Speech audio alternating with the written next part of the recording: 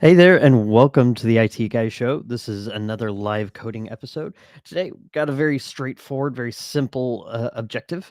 I've got a Dell PowerEdge server, an R730, sitting in the rack, and it's been sitting there for quite some time. And I think it's about time that we repurpose it. I've been trying to sell it on eBay, but that hasn't worked. Um, my hope would be to sell the two Dell PowerEdge servers and move to something. Um, Maybe like an Intel NUC or something to build out. Because what I'd like to do is build out a OpenShift virtualization cluster, so I can run OpenShift containers or OpenShift virtual machines as well. But they've been on eBay for months and they haven't sold. So if you're interested, reach out. But otherwise, today what I want to do is I'm going to power up one of those R730s. We're going to install RHEL on it, and we're going to get it ready to serve as a virtual machine host. So with that said, I want to throw up the Connect screen and share out the link to this so folks can join and hang out, and then we'll get started.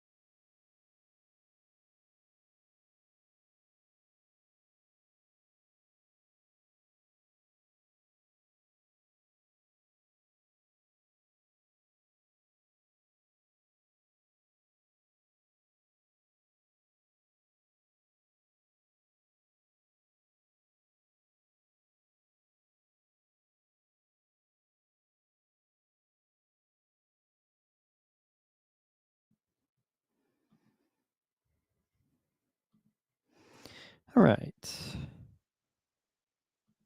one thing I realized is that I didn't pull up the chat.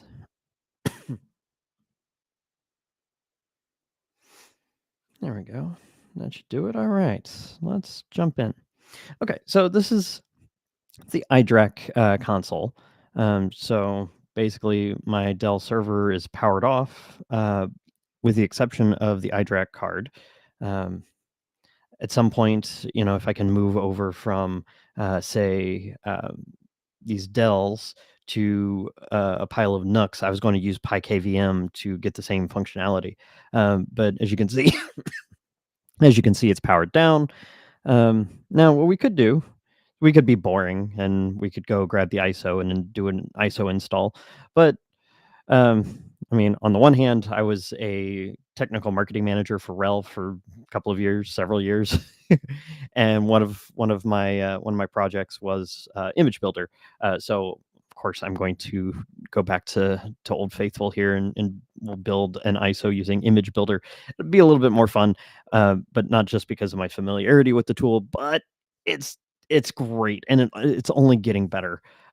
So since this hypervisor is the first RHEL box in my rebuilt home lab, I don't have a RHEL virtual machine where we can spin up Image Builder. But the good news is, if you go to console.redhat.com, even if you just have a developer subscription, you can get access to console.redhat, and there's so many cool things that we can do with insights. I'm sure later on in the lab build, we'll be using insights for a few things. But for right now, what I'm going to be interested in is the hosted image builder option. I've heard talk of people trying to use OS tree based builds for hypervisors. I think that would be awesome, but that's going to require a little bit more research on my part. So we're going to go ahead and build just a conventional RPM based uh, just using an RPM based build. As you can see, I already have RHEL 8 and RHEL 9, but we'll go ahead and see what's in that RHEL 8 image. It's been a while since I've used it. And just fun fact, I am using preview mode. If you're building this for production, I don't advise using preview mode, but I like to see the latest and greatest. I like to see what's going on. So we're going to go ahead and keep that preview mode selected. Um, so Terry Bowling, if you're watching this, thank you so much for all your hard work on Image Builder. You and the engineering team, it's one of my favorite tools here at Red Hat. But this is for the home lab, so we're going to have some fun with it. So as you can see, I haven't had any images lately. So what we're going to do is we're going to edit the blueprint here. And this is one of the newer features in the last year or so, is it says, hey, guess what? RHEL 8 is actually out of full support. It's not getting any new features, not getting any new kernels, none of that. Instead, it's about half a year into its 5-year maintenance cycle, which means it'll still get bug fixes and security errata and whatnot, but it's not getting anything new. And it says, hey, you might want to consider RHEL 9. Problem is, Dell R730s are not officially supported with RHEL 9, so I've got 4.5 years to get rid of these two Dell R730s before they're no longer supported by RHEL 8. So, if you want to hang out with me, you can join my Discord. I'll throw up the QR code there while we're kind of working through this. But thank you for hanging out with me on a Thursday afternoon. At some point, I may take a break and grab an adult beverage, because coding and building servers are always better when you have a beverage. But what we're going to do is we do want an ISO. This has changed quite a bit. We'll have an activation key to help get us set up. So it looks like I've selected some packages already, so that's good. But let's go ahead and let's revisit all the steps here. So we definitely want to keep RHEL 8. What's cool is you can build images for RHEL 9. You can build images for RHEL 10 beta. There's support for CentOS Stream 9. I imagine CentOS Stream 10 will be in here before too long. Architecture, we can choose which architecture we want to use. And what's really cool is I can create one blueprint and deploy it just about anywhere, from AWS to Google Cloud to vSphere images to I could even a lot of my home lab is built using QCOW2 files. But for right now, I need the ISO because we're going to be installing on bare metal. So we're going to keep that the same. Going to go ahead and use my old activation key, but haha, joke's on you. After this video, I'm going to retire that activation key, so you can't use this stream to figure out how to get free RHEL. But we're going to go ahead and use that. Yes, we want to go ahead and automatically register additional connection options. We'll leave all that. How about compliance? So this is actually new. I'll have to do some research on this, but if you require OpenSCAP profiles, at some point I'd like to rebuild everything using CIS benchmark for server. Um, just kind of defines what you can and can't do with an image. So we've got an alert here. I may have accidentally deleted that key already when preparing for this, but hey, let's see. I got to remember which screen it's under. Register systems.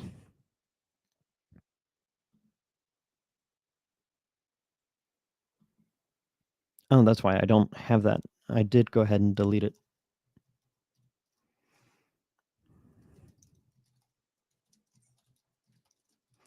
And the reason why we want an activation key is that way we don't end up having to, that way we don't have to go in and put in our username and password on every system. Granted, right now I'm just going to build one system, but imagine if you're a systems administrator and you're building 1,000 systems, it gets a little iffy there. What's cool is you can actually select your operating system. So RHEL 7, RHEL 8, RHEL 9 or later. You can even select CentOS Linux 7. I used to give that demonstration a lot, especially now that CentOS Linux has been deprecated and everything's CentOS Stream now. All right, so with that, we should be able to go in and create a new image here. Sorry about all the clicking. It has, in fact, been a few months since I've been in Image Builder. So we're going to revisit our steps here. Go ahead and ITG 2024. So now we can go ahead. I'm not going to deal with OpenSCAP right now. That's something I want to build some automation around. So like eventually this is going to be a vanilla image that we can deploy over and over and over again, and then we'll use Ansible playbooks to edit this. And so once we get that process down, then we'll talk about tightening up some of the screws and introducing OpenSCAP compliance, that kind of thing. I could customize my file system, but I'm not going to. The default usually works just fine. Repository, I want to use the latest content because why not? That way I don't have to do a DNF update later.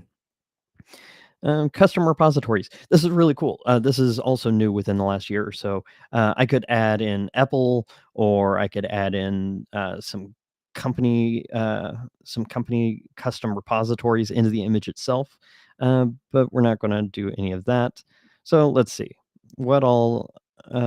Oh, this is cool. Powered by RHEL Lightspeed. This is AI under the hood saying, "Oh, look, you selected a database. You might also be interested in like an Nginx web server."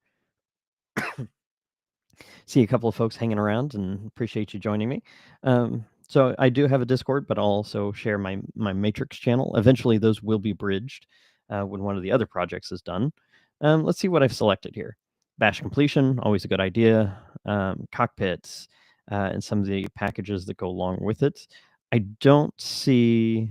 Well, for one thing, let's bump that up here.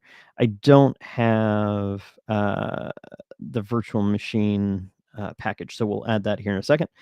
DNF automatic. That means I can schedule when my updates will run, so I can patch the server in the middle of the night. With this being a virtual machine host, we probably won't do automatic reboots because that could be a little painful, but we'll figure that out at some point. And then some normal things like git, kpatch, pcp allows me to keep an eye on the performance of my system. TuneD allows me to select a profile. It may not TuneD may not realize that this is only going to be a virtualization host, so we may want to change the performance profile, support virtual machines instead. And then, of course, everybody's favorite text editor, Vim. I like the Vim enhanced package. Virtual data optimizer. We won't mess with VDO at this point. We might at a later date, but I do want to get that cockpit. I think it's cockpit libvirt. Cockpit machines. I was close, but wrong. We might do some container workloads on here as well, although I may run those in virtual machines so we can spin them up and tear them down. What's great is if our hardware supported it, we could do in-place upgrades right from Cockpit. I love Cockpit. It's such a great tool. Okay. So that's probably good enough on the packages for now. Um, actually, to be honest, um, when we go in and build some new images later, I probably won't include things like cockpit machines or cockpit podman because I may not run those types of workloads across my entire fleet. So I'd probably pull those out and then use a tag or something with an Ansible playbook that says this will be a hypervisor. So tag it like VM host or something, and then that would tell Ansible to install that cockpit machines package and some other things to help with running virtual machines on a RHEL host.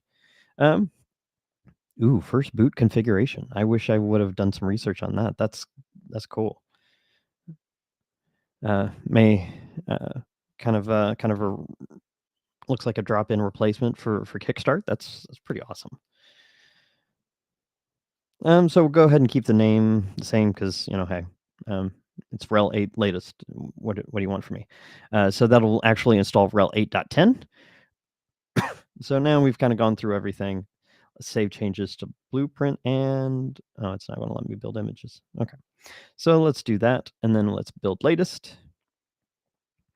So you see it's building us a bare metal installer. This is the 6th version of this blueprint that I've used. The build is pending. That's the only downside is with this being a hosted solution, if 100 other sysadmins are doing the exact same thing, your image may end up in a queue, but usually only takes a couple of minutes for this to run. Um,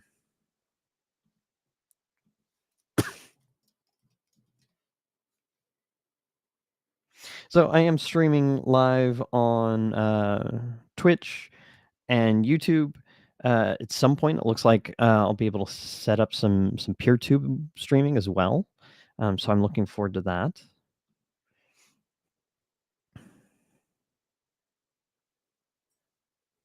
These have been fun and surprisingly well attended. So, hey, image build is already in process, probably because it's about 4:30 Central Time. So most people are probably wrapping up their days.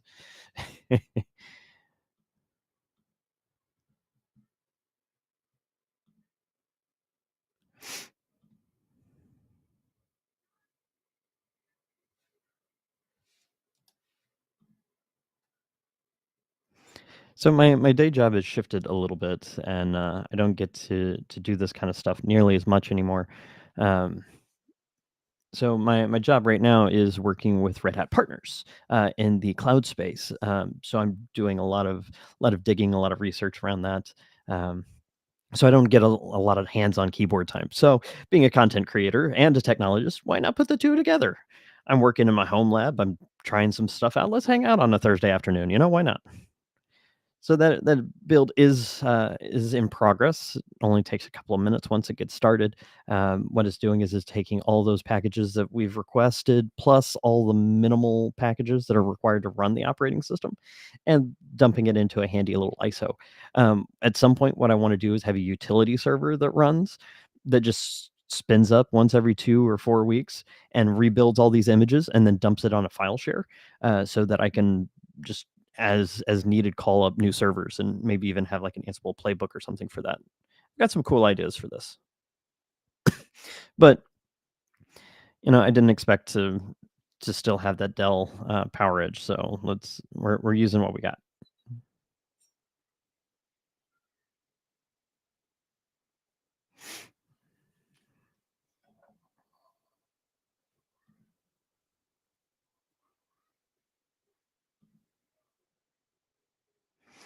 So we'll just kind of hang out here for a minute while that finishes up.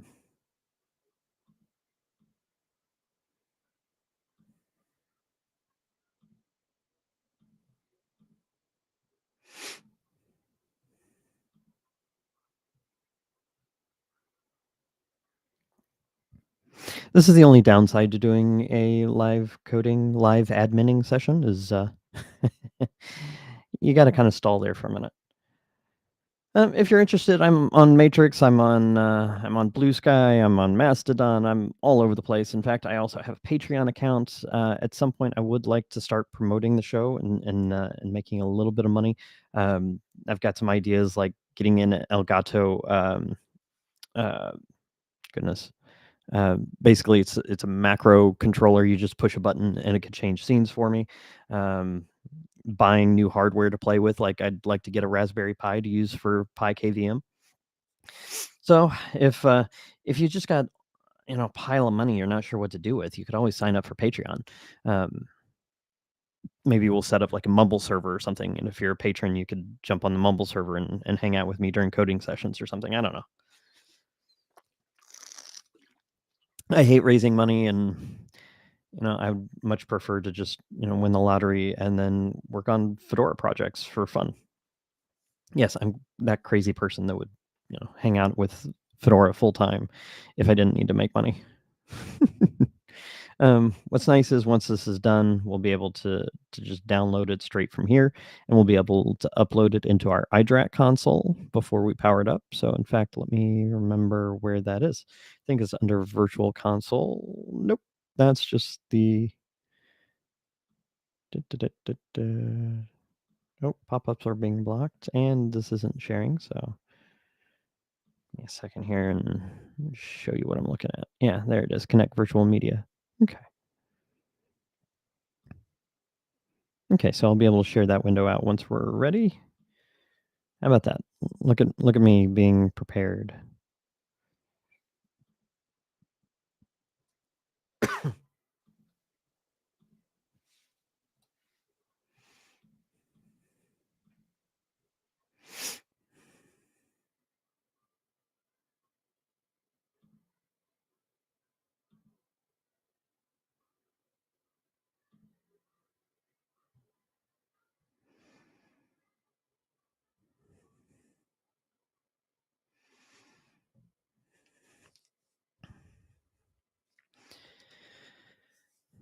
So if you're hanging out watching the stream, you should just speak up in chat, say hello, tell me what you're up to.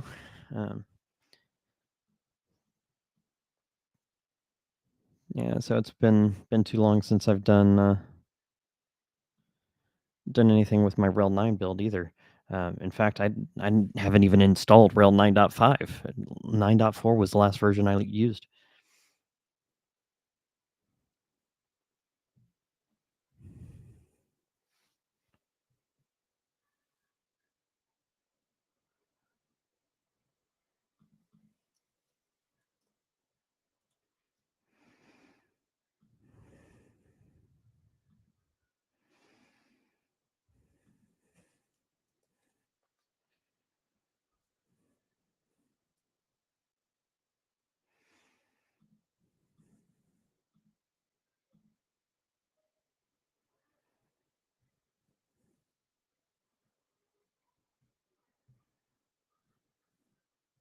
Oh, kind of helps if I go back and make sure to.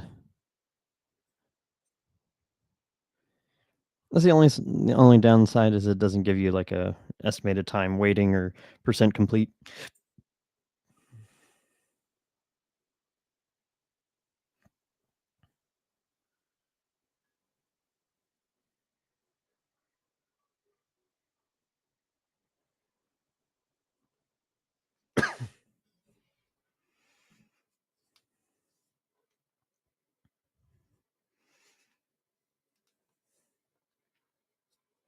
I don't know if you all saw it or not, but FreeHive actually set me up with some new with a new intro bumper, and I was able to produce some new intro music. So the introduction is now 20 seconds instead of like a minute 10, which is way too long. So looking forward to getting my next podcast guest up and running. So in the meantime, while I'm trying to recruit some new guests, been doing more of these live coding sessions. I may not be the smartest cookie in the shed, but haha, see, completely butchered that. But hey, I have fun, and hopefully y'all learn something. Or maybe I'm just eating away at Google's profits. I mean, nothing wrong with that, right? I probably just got banned on YouTube.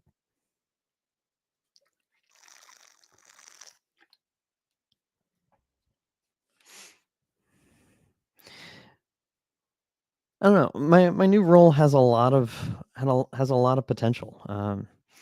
There's not been anybody in this position for a while, and so I get to kind of build a lot from scratch. I get to rebuild some social networks. Um, but I think the biggest thing that I miss is just doing this, just geeking out on technology. Um,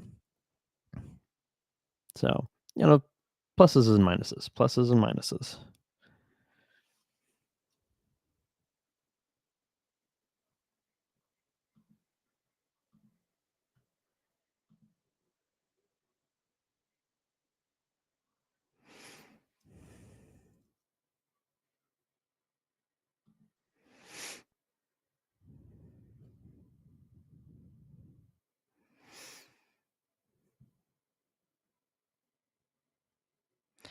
This is the only downside. If this were like a pre-canned demo, if this was something that I was like presenting, or part of like a podcast episode, I would have what I would have done was I would have made all these changes ahead of time and generated an ISO and had it downloaded.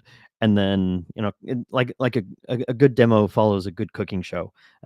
So they've like pre-cooked one cake and they show you how to make the cake and they put it in the oven and then they switch to oven two and they're like, hey, look here's the cake. It's already done. But I just kind of flying blind here. I know what I need to do and just didn't spend a lot of time preparing. So sorry, no cake, no cake for anyone.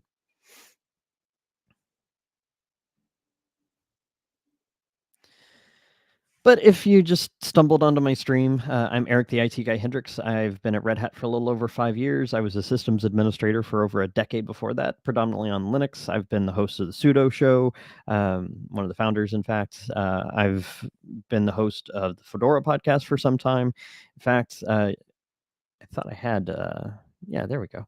But I'm a technologist, a dad, a gamer. In fact, at some point, I may do some live coding around Foundry VTT because who doesn't want to play more tabletop role playing games like D&D or Savage Worlds? In fact, as I mentioned, you can head over to podcast.fedoraproject.org and catch all this going on in the Fedora podcast. We've talked about gaming. We've talked about oh gosh, what was our last episode? Framework laptops, which is on my wish list. Um, or you can grab the stream to my big show, the IT Guy Show, at podcast.itguyeric.com. So definitely go check that out. I've got 8, 9 episodes so far, and then things kind of stalled out as I was preparing to switch roles at Red Hat. So I've actually got a few people that I'm nagging to be on the show. In fact, I'm trying to get a hold of somebody around the pulp community to talk about pulp. One of the projects that I'm doing marketing for right now at work is RHEL, Red Hat Update Infrastructure, which allows cloud providers to basically have a copy of all the Red Hat repositories locally. Um, and so Satellite uses Pulp, RUI uses Pulp, open source projects use Pulp. So it's been something I've been tangentially involved with. But now I figured, hey, let's talk about the project on the show.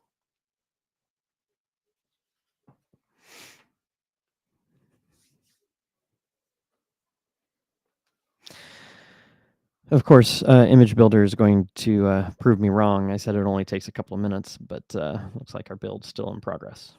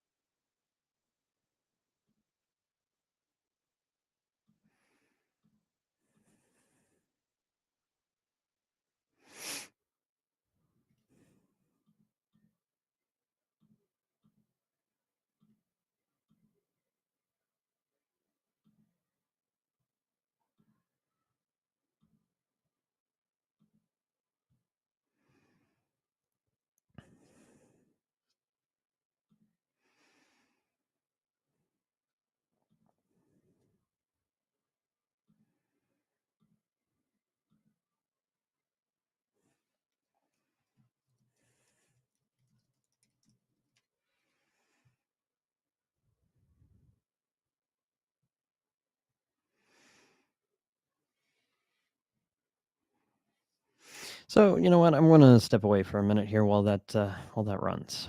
I'll jump back on when I see it's complete. Hang in there.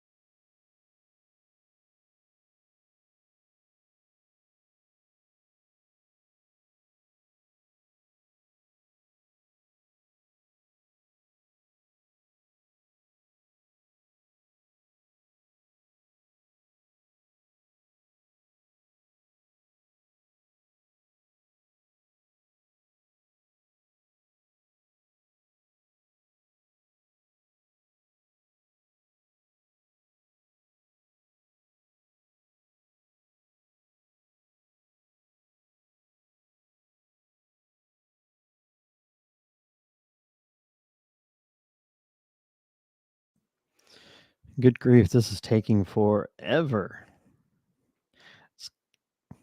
And this is why I want to build this in-house. I want to work on building a utility server here in-house. So maybe we might, maybe our hypervisor will serve as that cockpit builder function as well. So if you're hanging out, talk to you in a minute.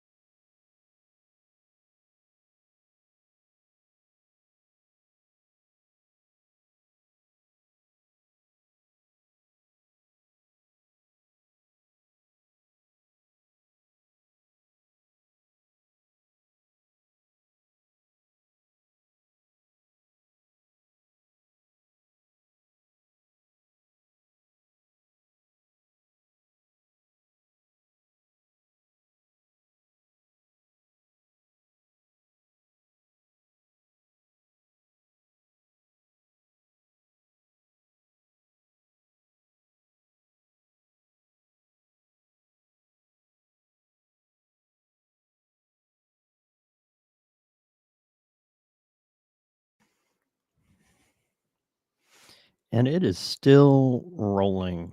I've tried refreshing a couple of times. I've tried navigating away, so it's building and just taking its sweet time. It's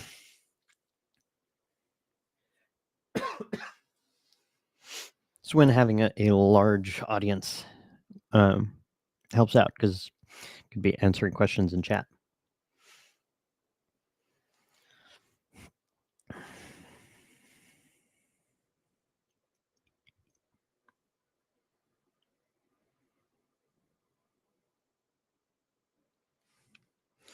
So I don't know about y'all, but there is a channel on YouTube and it's also on Apple Music called Lo-Fi Girl, and Lo-Fi Girl has some gaming music.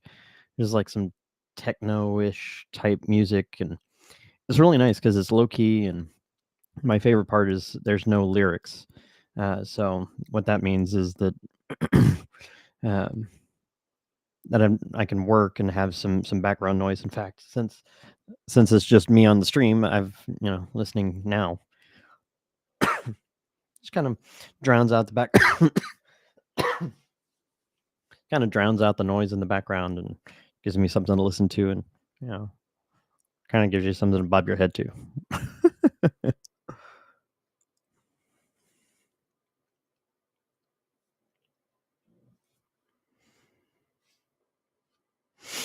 And I thought this was going to be a short stream, but it's actually going to be a longer stream with but light on content.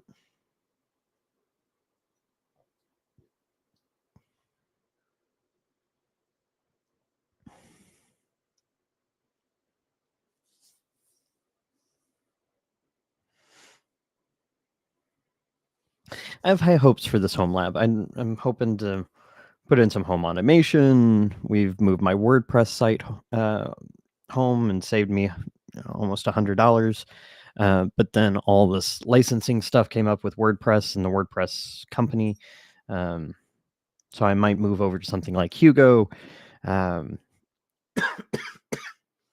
Excuse me. I want it to be a learning facility for me. So being able to spin up and tear down Red Hat tools at will. In fact, I mentioned I had 2 Dell R730, so I was thinking about building all open source materials on one. So Fedora, Pulp, any AWX for Ansible, maybe Kubernetes is virtual machines, and then on the other one, like the one we're building today, make it all Red Hat products. So Identity Manager, IDM, Identity Manager, OpenShift, some other Red Hatty tools. But as you might know, I've got that Unraid server, which is ITG01. And Unraid is what runs all of my production workloads like Plex and Pi-hole. We'll probably keep it that way. That way, the Unraid server can run 24/7, and that's the only one that's eating up power and bandwidth. Whereas these other two, I could kind of power up and shut down as I have time to work with them. Until I implement IDM or free IPA full time and use that for login to family resources. Some other things I've been thinking about, like cfile. I love Nextcloud, but it seems a little on the sluggish side for importing a bunch of files. So we might do cfile to replace iCloud. I have a subscription to INO Reader, which pulls in a bunch of RSS feeds. That subscription's coming up around April, I think. And instead of renewing it, I'd like to replace it with an open source RSS feed or something better. So a lot of reasons to home lab.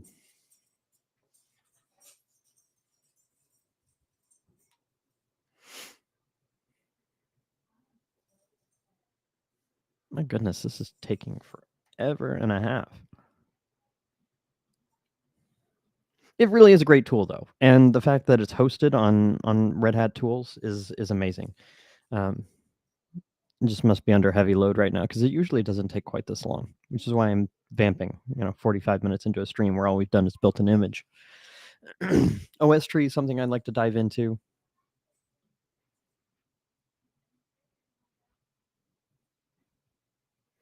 Yeah, so Lewis C file exactly as you have it typed. It is it's a great tool for it's a great tool for file storage, file shares, that kind of thing. Thanks for joining me, Lewis. Appreciate someone coming and hanging out on a Thursday afternoon.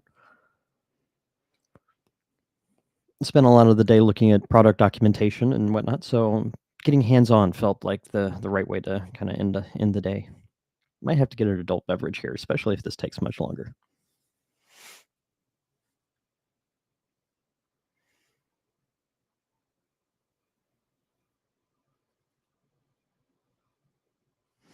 In fact, while we're waiting here, I can grab that link.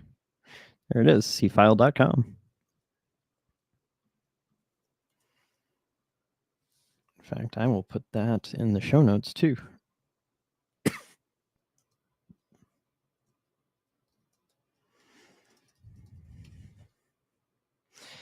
And of course, if you're hanging out, I'd love more ideas for things to build here in the home lab, and um, hoping to do a lot of live coding like this around those builds. Of course, you can never go wrong with having someone watching help bail you out when you don't understand an error message.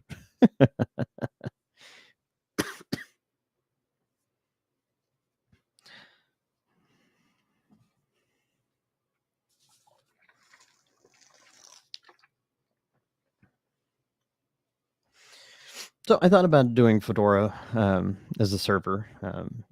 Newer kernel, newer everything really than RHEL 8. The only thing is that may not be ideal for a hypervisor.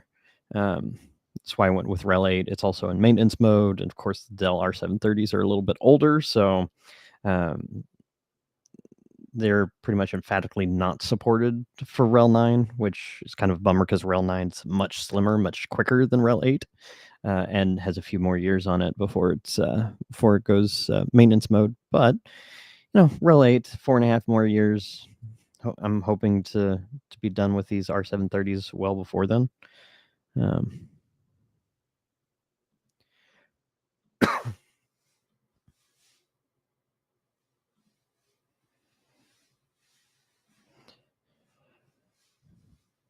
So yeah, we're just just hanging out.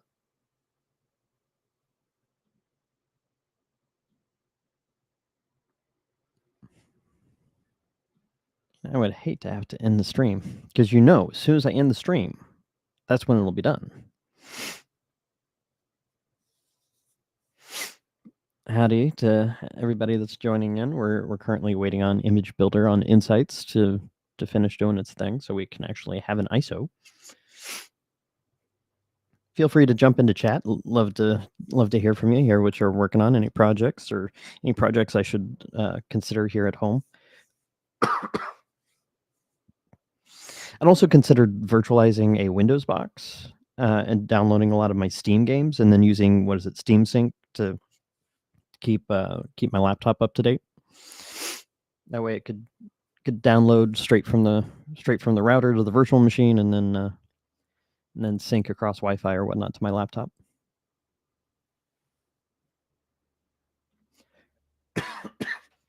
So Lewis just stood up Fedora 41 with cockpit machines on a Dell R330 with an E3 1270 V6. Love it. I may be doing that. I might actually do that tomorrow with my other R730. I've only got 64 gigs of RAM in this, but that should be plenty to get started. If we start running bigger workloads like satellite or something, RAM for older boxes is fairly cheap nowadays, so might just keep on trucking with the R730s. And they're down in the furnace room in a server rack, so I'm not too concerned about noise or heat or anything because that room ventilates itself quite well. But then also, it's just kind of nice that you hear the hum of the furnace or you hear the hot water tank kick on or something, and then there's just server noise, so it's just kind of all blurs together. So if you're new to the channel, head on over to podcast.itguyeric.com to get the audio version. Hoping to bring the big show back here before too much longer, or subscribe to the YouTube channel or Twitch or PeerTube because I'm hoping to do more of these live streams. As I was mentioning a little earlier, I switched roles September, October timeframe, and so I don't do a lot of hands-on tech in my day job anymore. So now I've got to lean on other means to have some fun with technology. Not the least of which is hosting the Fedora podcast every other Tuesday. So we just had an episode with Framework. We interviewed a gentleman from Framework and talked about how amazing their hardware is. It's definitely on my wish list. So if anyone has a few $1,000s just laying around, just send it to the IT guy, and I'll make some content around the Framework and running Fedora. Got an interview coming up here in a couple of weeks with Matthew Miller. the Fedora project lead. So looking forward to that conversation. So head on over to the Fedora project and follow either the YouTube channel, the PeerTube channel, or the audio podcast. If you want to hang out and chat after the stream, you can always join my Discord. We're just kind of running through call to actions right now because I'm running out of things to vamp about.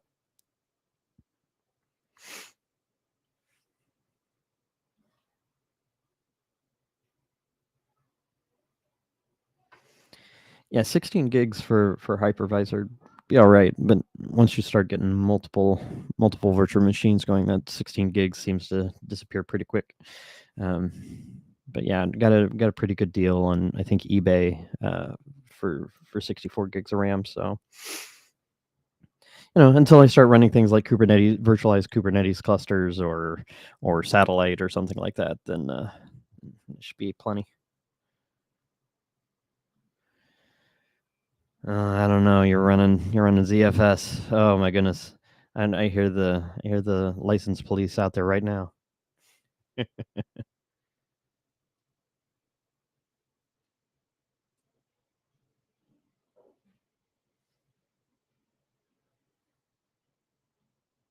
Man, I'm kind of embarrassed. This is, they say that a watched pot never boils. I think that may be what's going on here. If you're into more private based communications, you can always join me on Matrix. Just scan that QR code. I promise, if you're just now tuning in, that I'm not one of those that just promotes himself all the time. We're literally waiting on an ISO to build.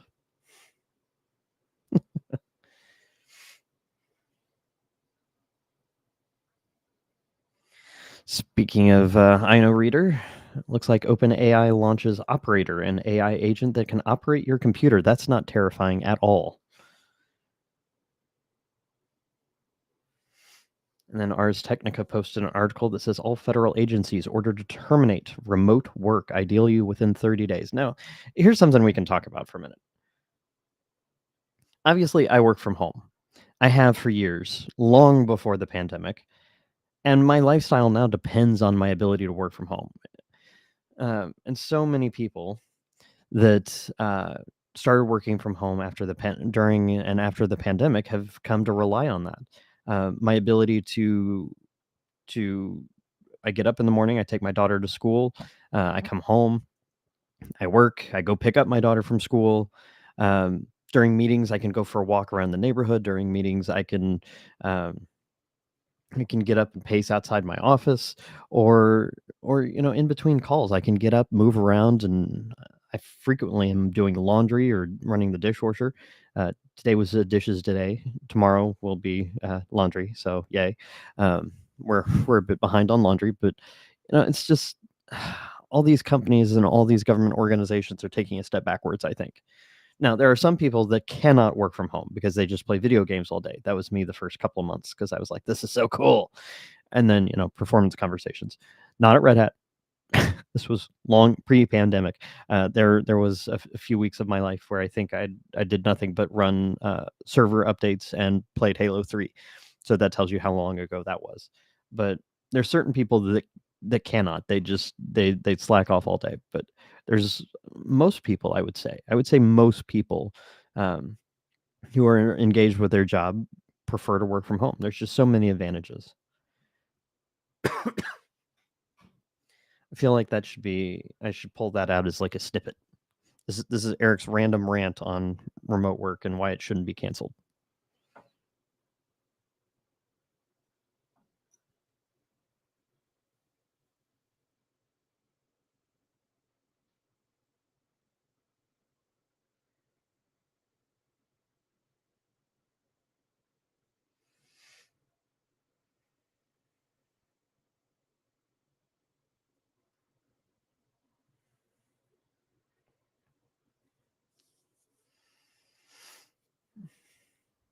This is absolutely ridiculous. Just for good measure, we'll refresh the page. And it's still building.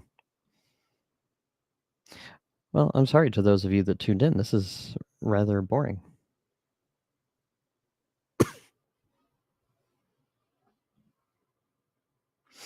So, Null, I hope I said that right, watched a walkthrough on creating a mobile router using Debian-based systems. Would be nice to see a RHEL or Fedora walkthrough. And that'd be interesting. My mobile router, I guess you're talking about hooking that up to a hotspot and basically taking a portable network with you. That'd be really cool. I could see that being helpful when, like, if I get a chance to travel to conferences or something this year, build a basically build a portable network. That'd be pretty awesome. And Fedora would be a great use case for that. So I got to give some love to FreeHive. They produce the iconography, the color scheme, and a lot of the graphics that I'm using. Really appreciate their help. So if you need anything, they're very open source friendly. In fact, let me grab their FreeHive. They are the FreeHive agency, and they are a production agency that um, that uses all open source tools. They're amazing people. I've known them for years. So go check out the FreeHive agency. They make a lot of stuff. They've worked with System 76. They've worked with, I think, Ubuntu. They work with the IT guy and a whole bunch of others.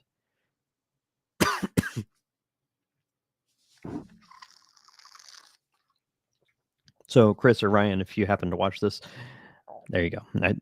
There you go. There you go. Hey, there you go.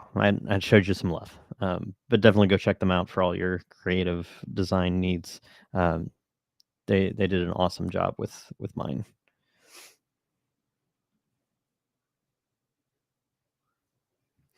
My goodness, an hour, and we've only updated an existing image. Let this be a lesson to you that just expects platforms as a service to just work. Sometimes they don't. Part of me thinks I might restart the build here and see if that goes faster, or see if I can kick off a second one.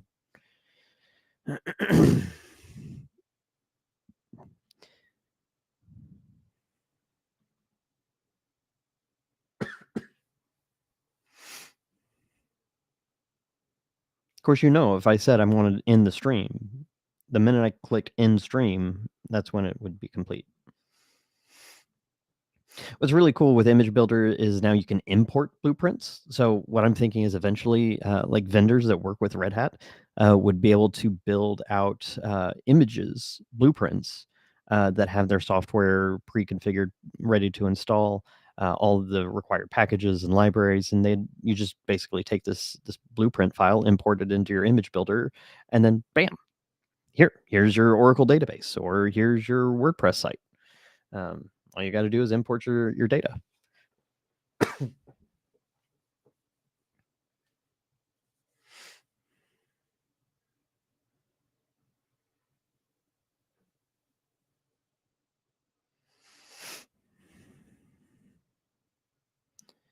I bet if I created another image that it would just do the same thing.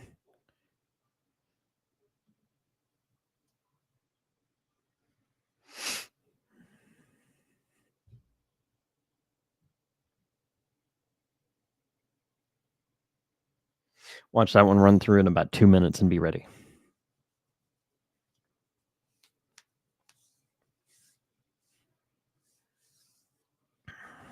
Well, that image build kicked off faster than the first one.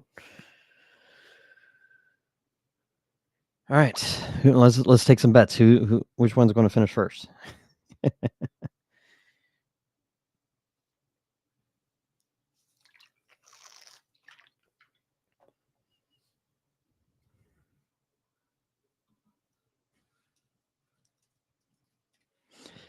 So I've been paying for Restream, and I'm thinking I might go to Owncast instead. It's been recommended to me by a few people. That's all it took. We just threatened to replace it, and it was like, oh, okay, I'll finish. So there we go. Our RHEL 8 ISO is downloading, and now we're going to have a second one for no reason. And there's no way to cancel the job. Go figure. All right, so what we're going to do here is we've got our iDRAC console, so that server's up and ready to go. Um, but anyway, yeah, if you have any experience with Owncast, love to hear about it in the comments, or join me on Discord or Matrix.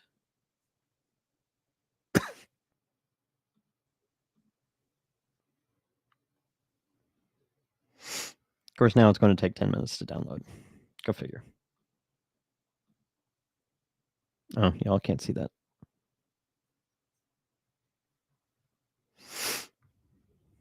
Okay, it's down to 6 minutes. All right, it's starting to pick up now. We're getting close, I promise. Then we'll get to install some stuff.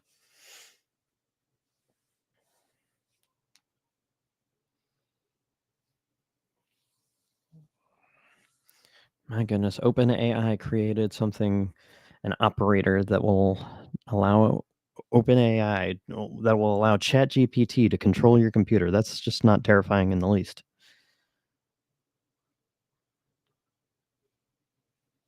I mean, don't get me wrong. I use ChatGPT for quite a bit, but I don't know that I want to turn over control of my computer to it. I mean, did no one watch Terminator? The minute that you hand over control of your devices to an AI, that's when the world ends.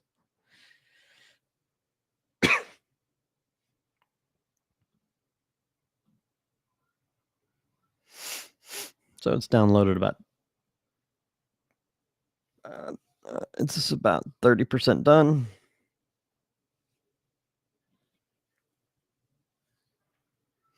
Man, nothing downloads slower than when you're actually watching it download.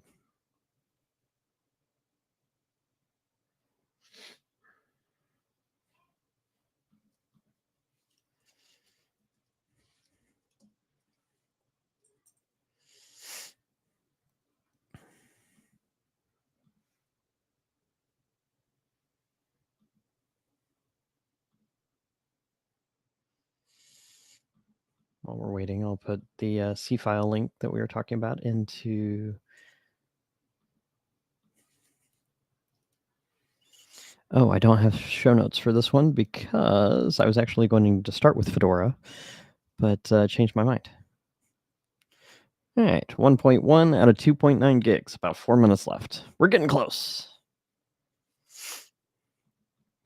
If you just stumbled on my stream, I am Eric the IT Guy Hendricks, proud Red Hatter, technologist, open source enthusiast, Linux dude, and everything else. So glad you stumbled on the channel. Make sure you hit the subscribe button. Please hit like, even if you don't like it, because that just helps my channel get attention from the algorithm.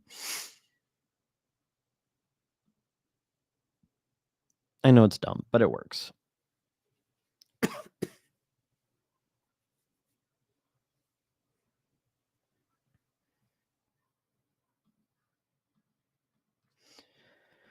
We're about 50% done now. 5 minutes to go.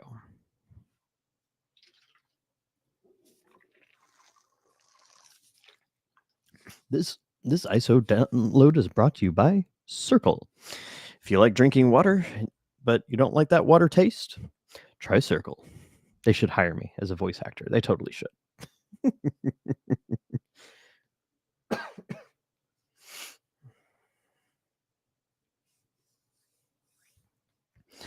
Getting really close here.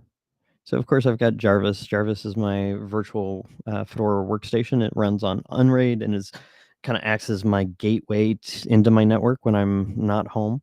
As you can see, I've got actually don't have virtual machine stuff on here. Oh, that's because it's my virtual workstation. In fact, I probably don't even need Podman containers. But tomorrow, probably I'm going to go in and build a Fedora image as well.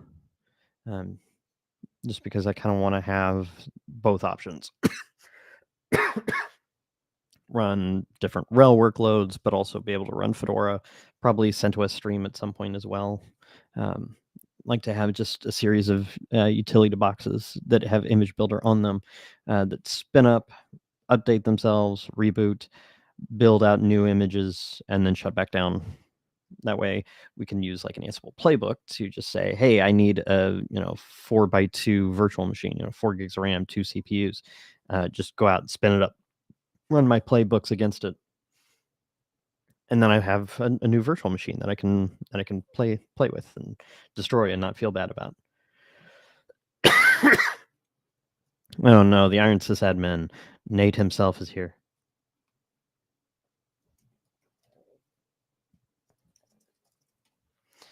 Bring it on, Nate. We've spent about an hour and 7 minutes waiting on Image Builder to do its thing. Okay, so an hour and 7 minutes is a little bit of an exaggeration. It maybe about 40 minutes for it to build, and it wasn't until I told it to build another ISO that it actually decided to build the first ISO. So you RHEL people need to get your stuff together.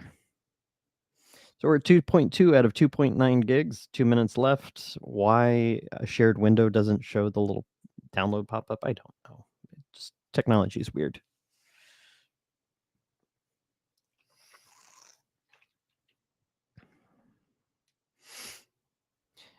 Iron Sysadmin, maybe instead of playing Baldur's Gate 3, maybe we do a Savage Worlds online campaign.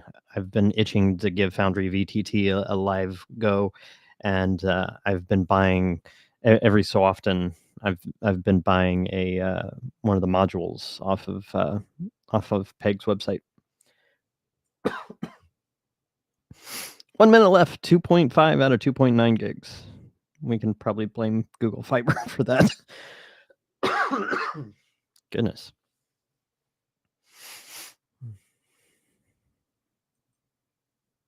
But like I was saying, this is kind of the price we pay for using a service that's provided for free. Everyone's out there using it. So as much as I love the Insights Image Builder, if you've got a large network of RHEL servers, you probably want to but you probably want to host your own image builder.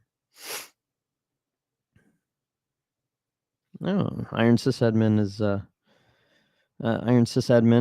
flashing an ESP board. Do tell. What are you flashing it for? Yes, Savage Worlds is a lot of fun. It's like D&D, but so much better. If you haven't checked out Savage Worlds, go check it out. Peg.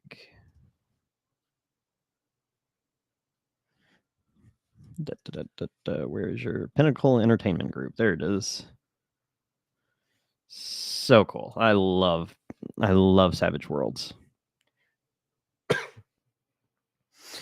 Yay, our ISO is done. Now we can I have to switch my screen share, I think, because you can't see what I can see. So let's switch to where did it go? Oh, it must have gotten bored and closed. We want the virtual console. Oh, doy. Oh, that's why. I was idle for too long.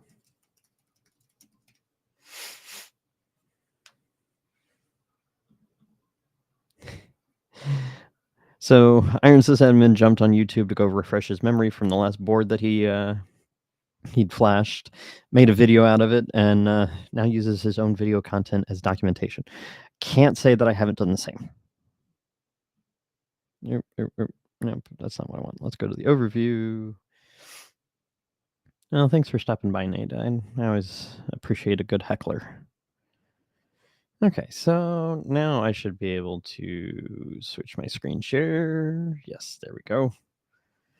All right. So we want to connect virtual media. And we're going to map an image file. Map that device. This is fantastic. My server rack is not 15 feet away, but I get to be lazy and not move. All right, so that's done. So let's.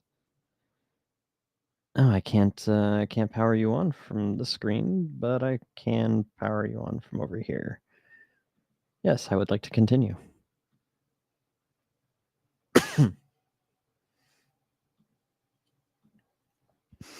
All right. So here's my PowerEdge R730. figure that good old memory. Yeah, I've built tech tip videos and that kind of thing for RHEL, and it's funny how often I use those or self-paced labs to remember how to do something.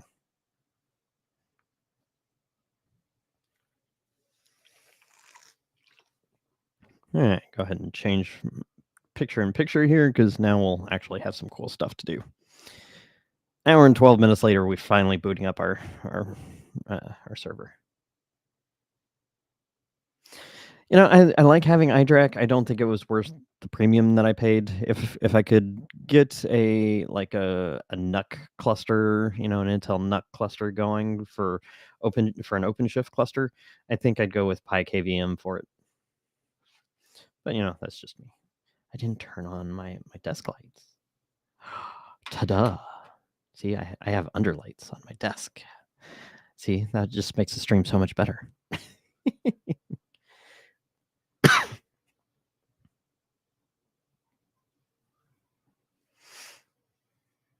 Uh-oh.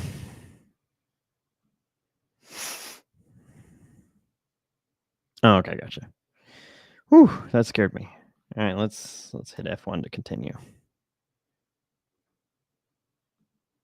I may not have liked that F1, so we'll do that F1.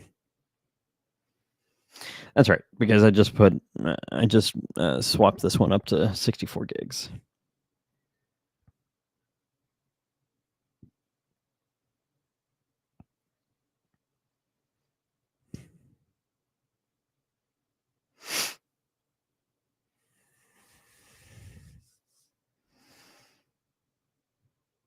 Yep, A1 and B1 now have 32 gig sticks. Yep, let's go.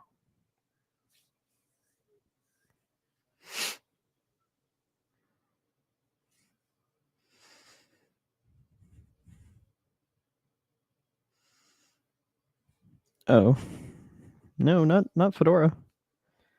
That's Fedora 40. Interesting. Should have booted off the image, not the hard drive. Yeah,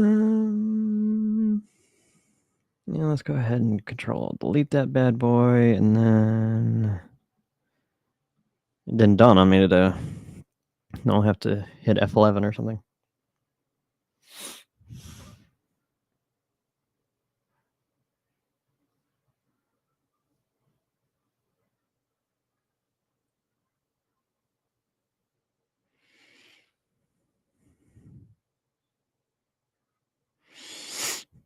Boot manager. There we go. Duh, Eric. If you want to boot off the image, you have to tell it to boot off the image.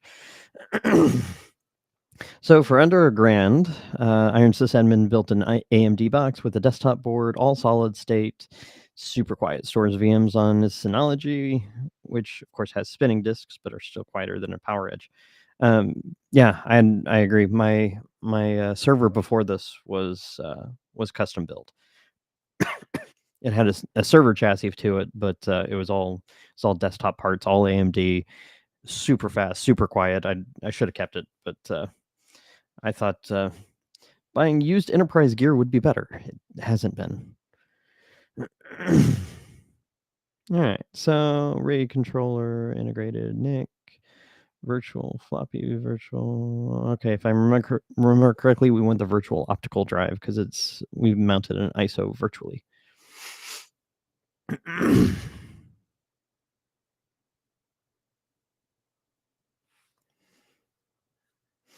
Nate, I miss working with you, buddy. I miss the RHEL BU. I miss the good old days of making content each week. This new position is murder.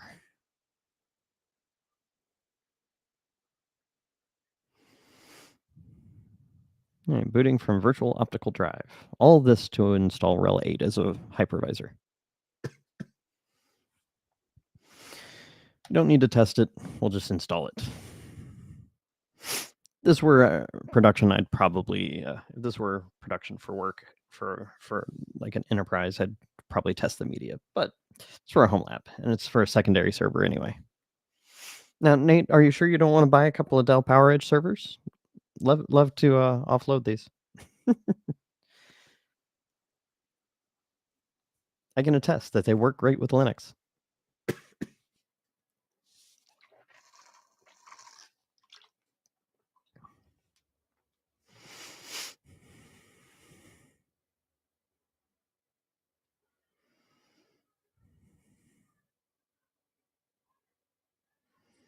Maybe we should attest to the media. Now, that's just not fair. I am so far behind on Into the Terminal. A lot of good topics, but that's not fair to make fun of someone when they're not there. That's quite rude. But you know what isn't what rude? What is really cool is if you go and subscribe to the Fedora podcast. Haha, see what I did there? I got time to kill. We just interviewed Matt Hartley from Framework. We talked about the Framework laptop and running on Fedora. And then we've got a conversation coming up about development on Fedora. And then after that, we've got an interview with Matthew Miller, the Fedora project lead. So a lot of good content there. Wow, yeah, this is concerning. After all that, did the ISO not work? And if you haven't already, go ahead and make sure you subscribe to this channel and hit the like button, please. I know it's dumb, but it helps with the algorithms and all that crap. So if you hit the little like button and then subscribe to the channel, or if you want the audio version of the big show, the actual podcast, which I think I've got 8 episodes and got another one in the works, you can go to podcast.itguyeric.com.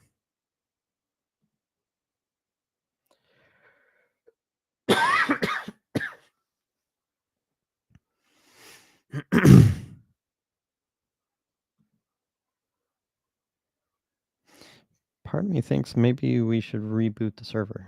It may not be happy after it realized I changed out the RAM that was in it.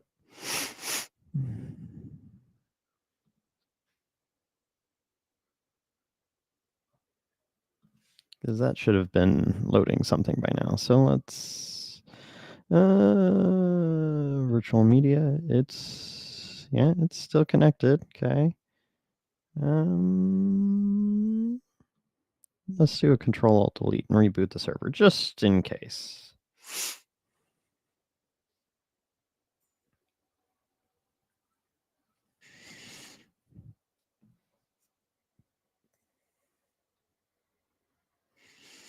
And I'll pull up the virtual keyboard.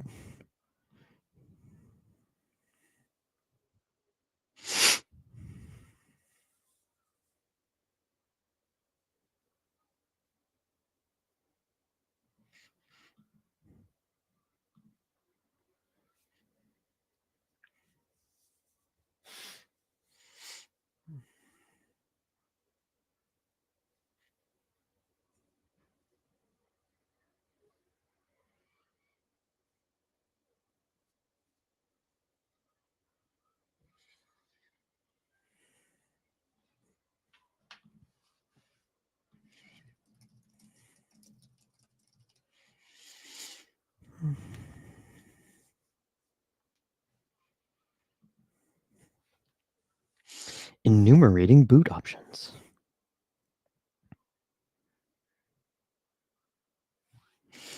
All right, so we want the one-shot UEFI boot menu, and we want the virtual optical drive. Let's try this again. Of course, this time when we rebooted, it's like, okay, I'm happy with the RAM I have. I will be content.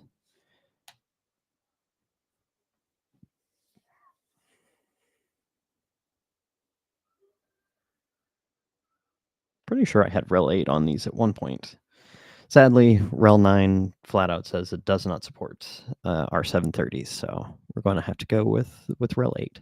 But RHEL 8.10, not as many package updates to manage, so we should be in good shape there. Although we still get the same white line. So what I want to do in the background is, just in case, I'll re-download that ISO. You know, I think that first build errored because it's still spinning. So I have a feeling that we could have waited forever and it not work. So I'm going to go ahead. Oh my gosh. Let's see. Let's try a different test here. Let's shut down our server.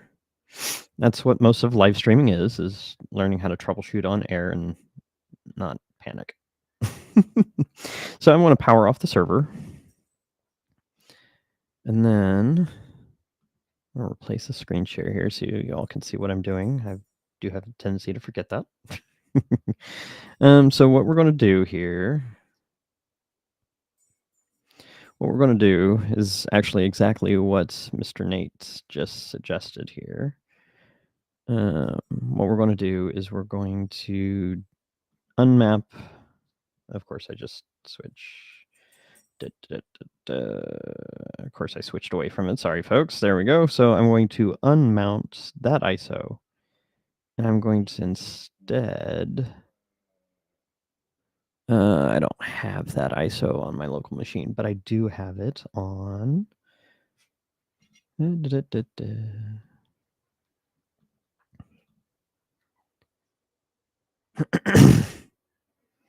I didn't share my whole screen because, we were going to be kind of just in one place, so I wasn't too worried about it. So instead, and that's Jarvis, I need Friday.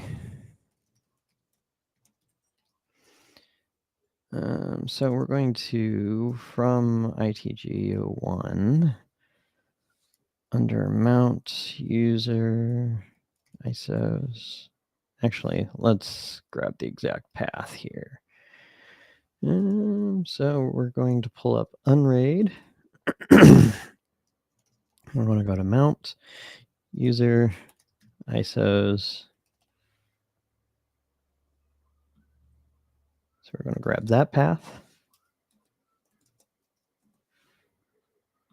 And then we're going to grab Fedora server.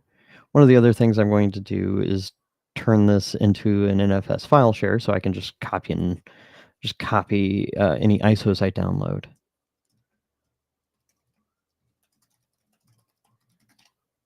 Okay, so we're going to download the Fedora server ISO, which I just downloaded a few days ago. So we should be in good shape there.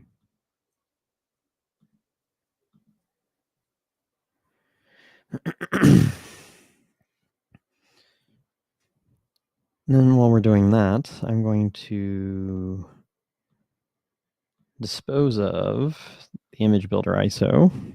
Just kind of doing that in the background, sorry. And then I'm going to download, re-download the RHEL 8 ISO. Who knows? I may get flustered and we just go with the Fedora 41 image instead. Okay, so now we're back in the iDRAC virtual console. We're going to choose the Fedora server ISO we just pulled down from my storage server. We're going to map that. And then it's funny that I can't control power from here, but in the background, I'm just powering on the server from our iDRAC console. Excuse me. So 8 minutes left on that image builder ISO download. Okay. Pull up our virtual keyboard. That way I can hit F11 when it's ready.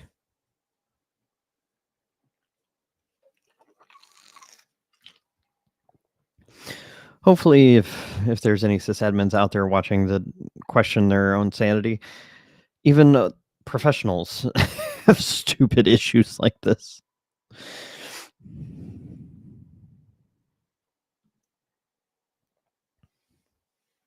All right, boot manager.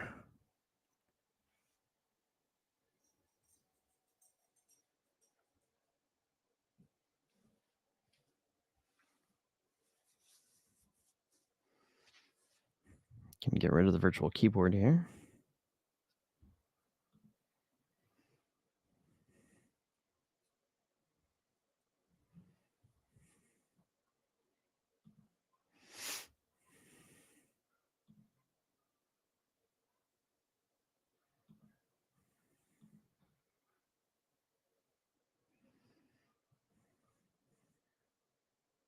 See, the Iron sysadmin subscribed because he saw that I was live. So, kudos to the Iron sysadmin. All right, let's try this dance again. Yeah, let's just take a couple hours after the workday's over and just install an operating system. How hard could that be?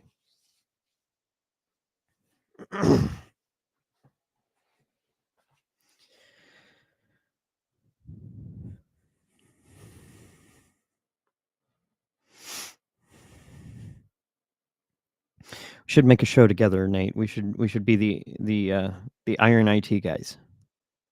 Let's just blend the shows. Booting from virtual optical drive. We're not going to test the media. Maybe I should have on the RHEL 8 ISO, but what's life without a little excitement?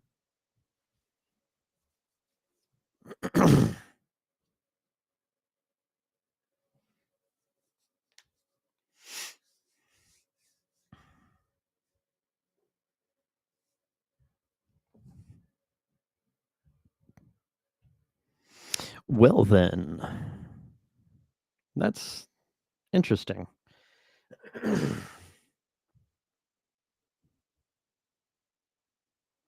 Hmm.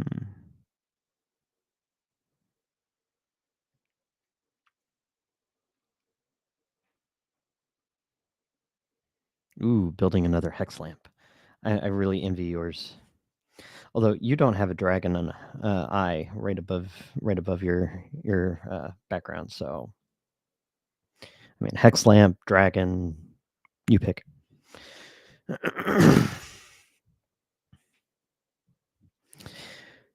right, so that's an interesting problem.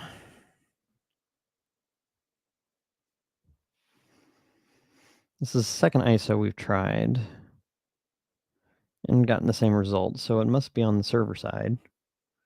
But you all saw it. It recognized that I had two sticks of RAM, one in A1 and one in B1.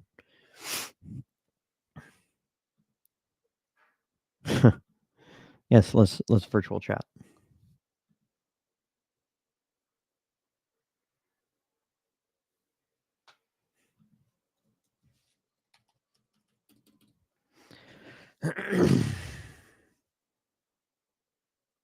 That's what a lot of these live coding has been. It's just been Eric beating his head against a keyboard.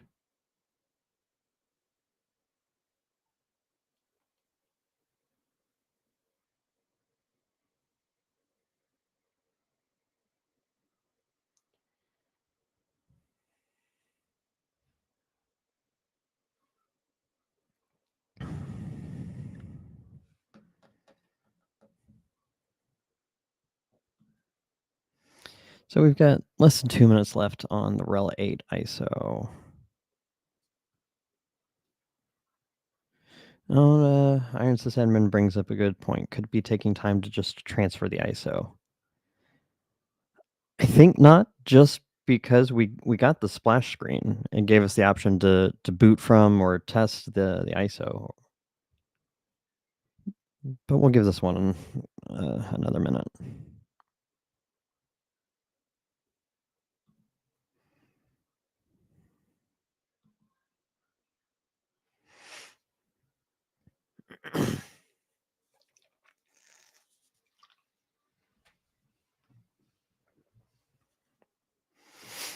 I'll tell you what, folks. I'm out of water, so I'm going to go fill that up, and we'll see if we'll let the RHEL 8 ISO finish downloading, and we'll let we'll test Nate's theory that maybe it's just taking time to transfer. So I mean, it is going over the network from here to the server. I might also plug in a USB stick that's got Fedora Server 41 on it. We can try that way as well. All right. I'm going to step away for a minute, and we'll see what happens. Thanks, y'all.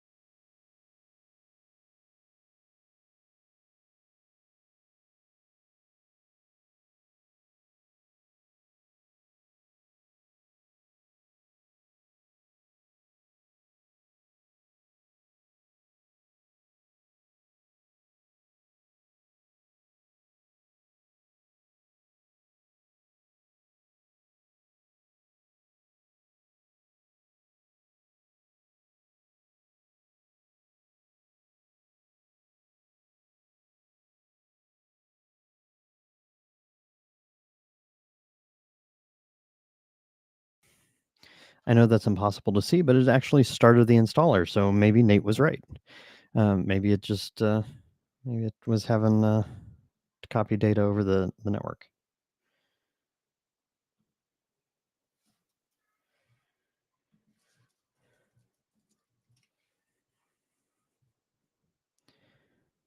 Okay, so startup finished in 1.21 seconds, 1.21 gigawatts. So we're actually going to stop that. And then we're going to swap out the ISO. So we re-downloaded that.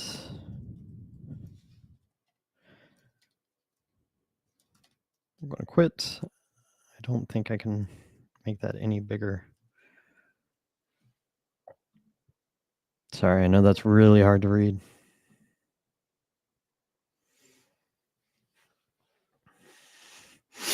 Yeah, that's the only time, Nate. That's the only time you get to be right this week.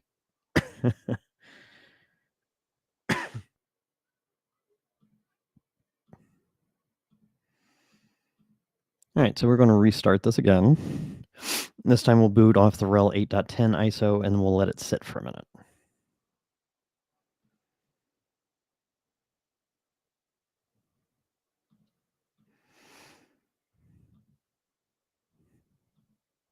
Nope, not virtual media. I want the keyboard.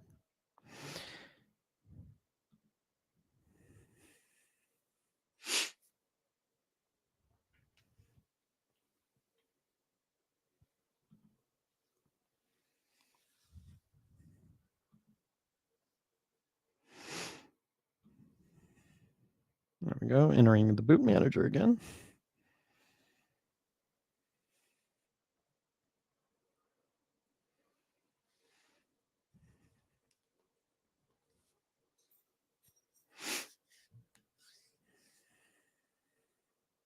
Man, by the time I get the OS installed, it'll be dinner time. This is taking far longer than I expected, which is probably true of pretty much every IT project ever.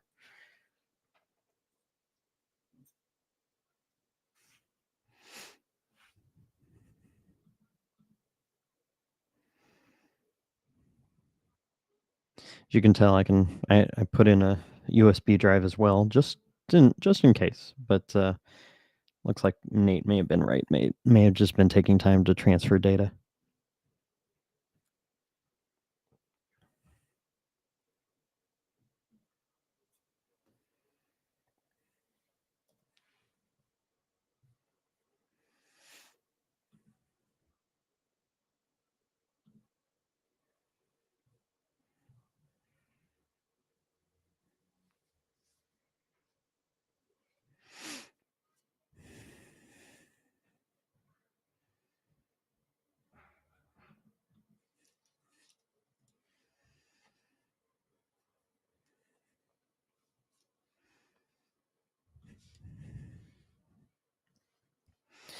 Okay, we'll give that a minute. Meantime, I'm going to actually put together the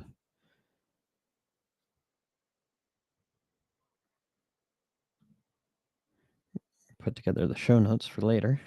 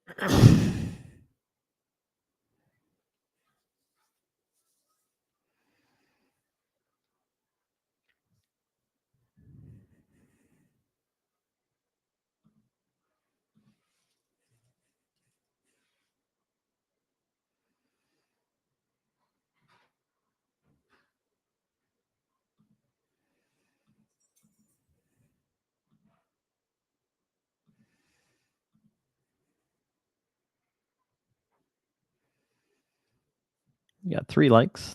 So far. Thank you all very much. It's dumb, but it really does help, especially when you don't have the power of the entire Red Hat Enterprise Linux team helping you promote a channel. So if you haven't yet, please hit like and as an added bonus, hit subscribe. That way you can see whenever I do this craziness.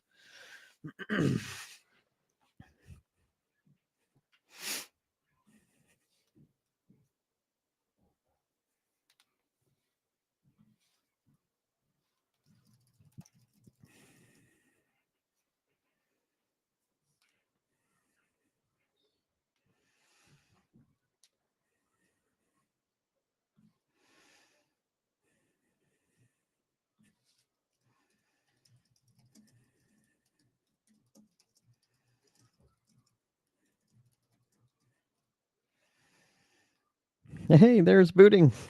See, Nate, I told you, you're just being impatient. Oh wait, that wasn't Nate. That was me.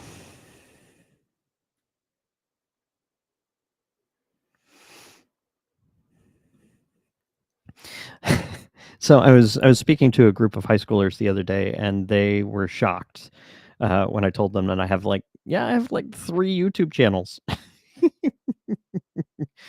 Nate's talking about how he could go use his other channels to hit like. I mean, yeah, just whatever get YouTube's algorithm's attention. So the initial download probably worked just fine. We just didn't give it long enough to transfer over the wire. But we're getting some action now, so that's good. Sorry, the text isn't bigger. It doesn't look like I can resize it any.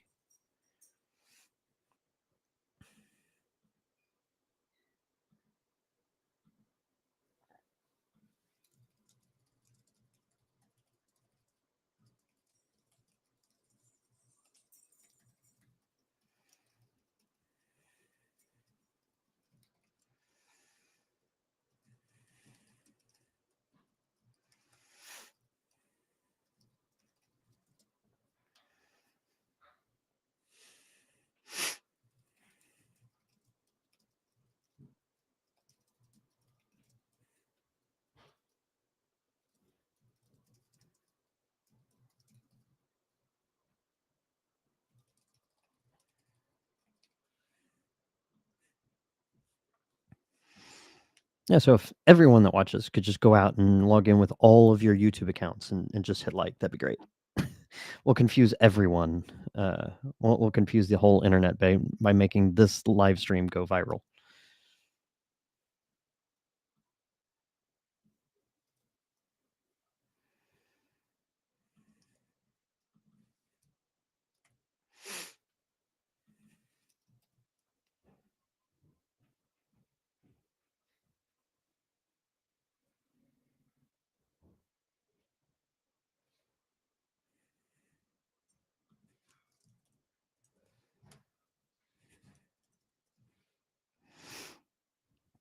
I think I know what the problem is. The problem is I don't have an adult beverage with me.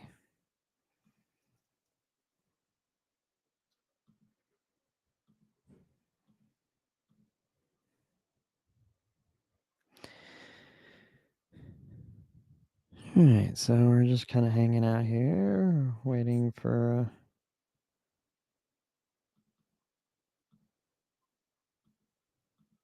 the graphical interface to load.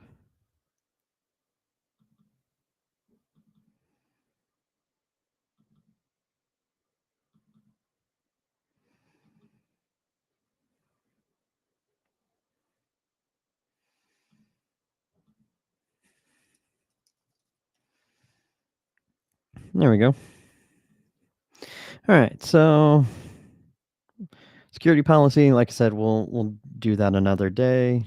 Network and host name. Let's go ahead and get this bad boy a name. It's going to be IT guy 02.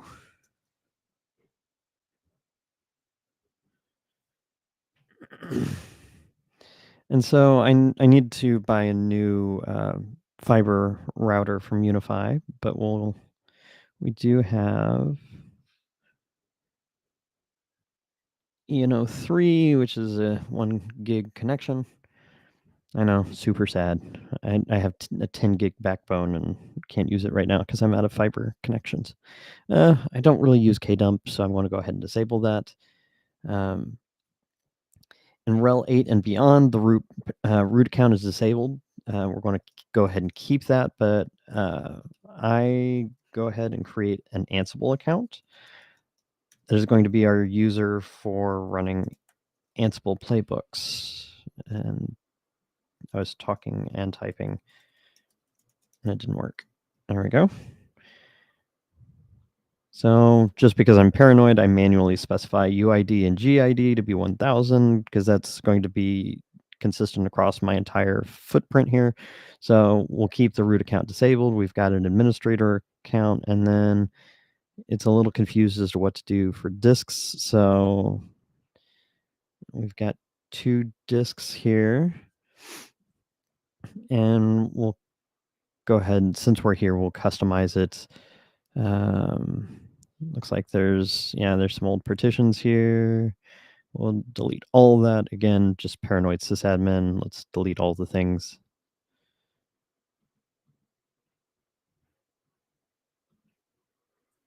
Don't want to delete the ISO. That would be bad. So we're going to go ahead and have it build us out LVM. Yeah, don't need that in home. So we got a root partition, EFI, boot, and some swap. Now, here's the question. Do we just dump everything into root, or do we create a var libvirt partition? I think just to make things easy, and because I probably will rebuild this at some point with some additional disk space, I think I'm going to go ahead and just dump everything into root, if it will listen to my keyboard typing here. So there's a trick with the partition table that if you just put in an obnoxiously large number, it'll max out. So we've got 432 gigs. So that's pretty decent for now, and that should be plenty. We've got a swap. We've got good size root partition. We've got boot and EFI, so that's all good. I think we'll go with that for now. So go ahead and accept all those changes. All the red lines are gone, so we'll go ahead and kick off the install.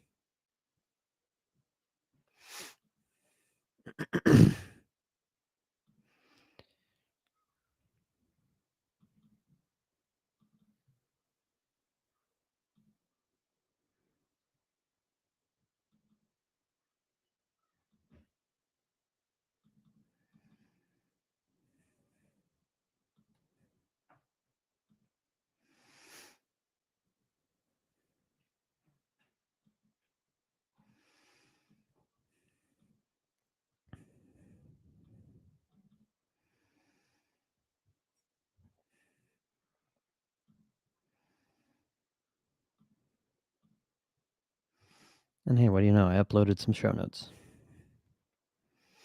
Installing software. Nice, Nate. Got the WLED flash. Time for some solder. See, my hands shake. That's the part I would be worried about. I'm not really good at precision work, which is why I have a bunch of D&D minis that are still just primered.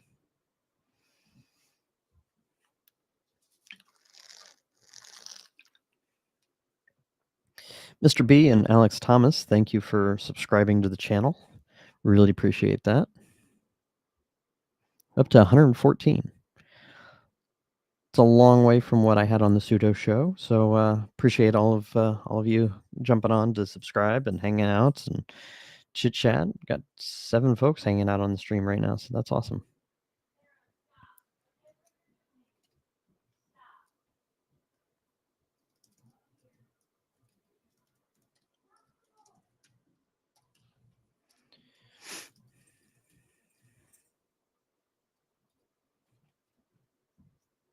61%.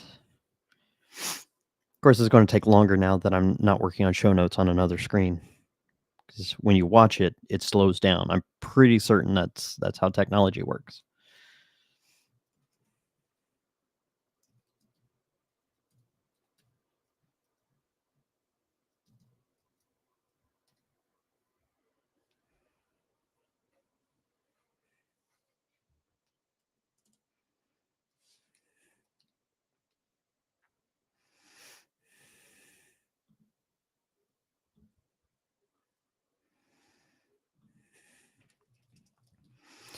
So in the background here, I'm going to go ahead and upload our ISO that we built onto my Unraid server.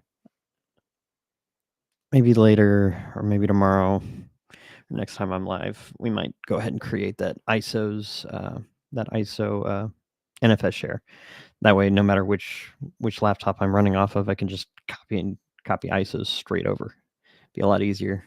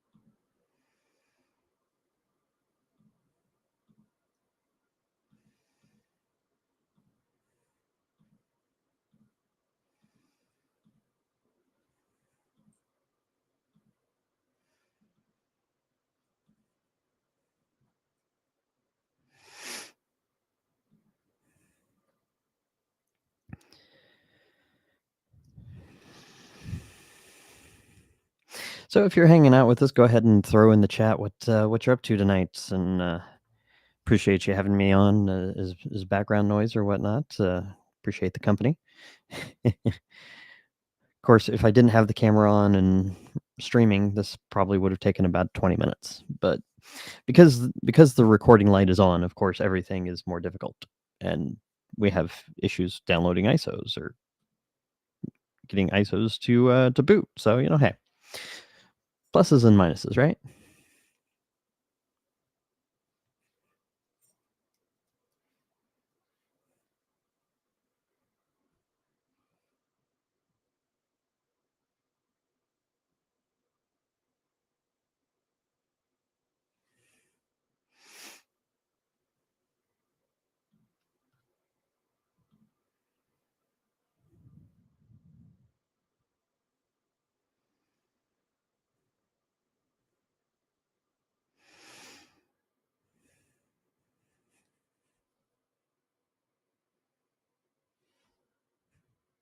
So I'm going to step aside and I'll let the install finish here, and then it's getting close to dinner time, so might call it quits here in a little bit. But yeah, appreciate the company, and I'll step aside for a minute and let the install finish.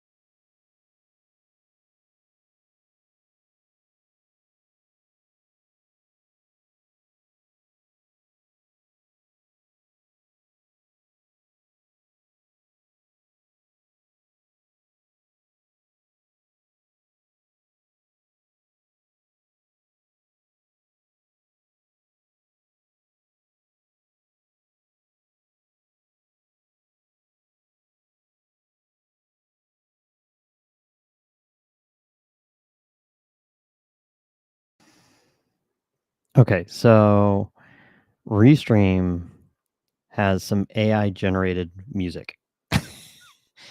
I saw this feature a while back and never played with it. Now seems like a great time. What if we got some chill beats up in here? Let's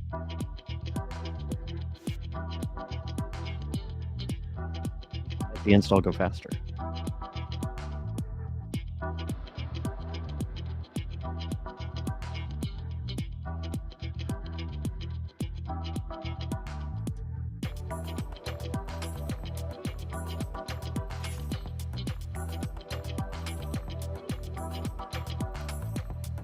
I mean, yeah, I'm feeling it, aren't you all?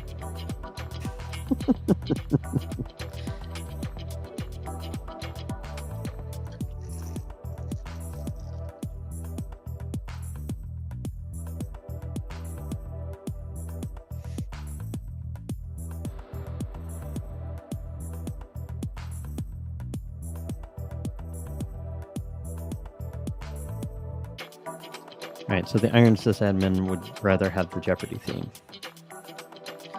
Well, I can't do the Jeopardy theme because that would flag my stream. But I mean, we could totally do some lo-fi instead.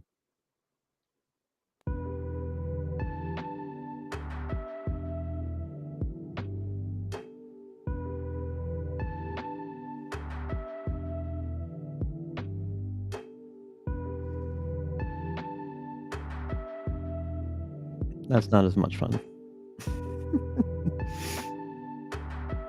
How about some chill hop?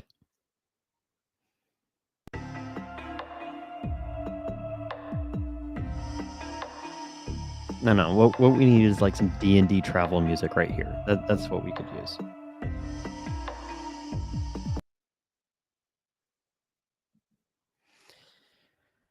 What cracks me up about the installer and always has is installing software 100%, but we're only about a third of the way done.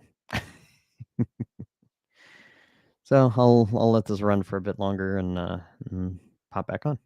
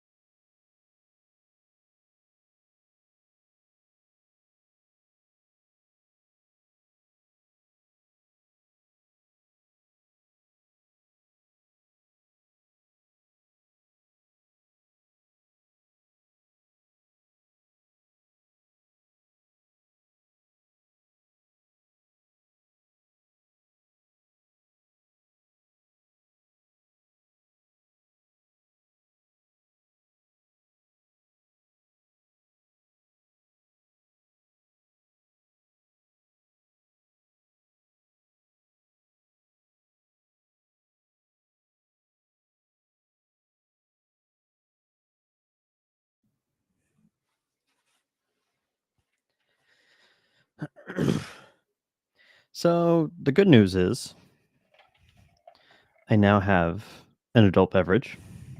The bad news is we're still installing software.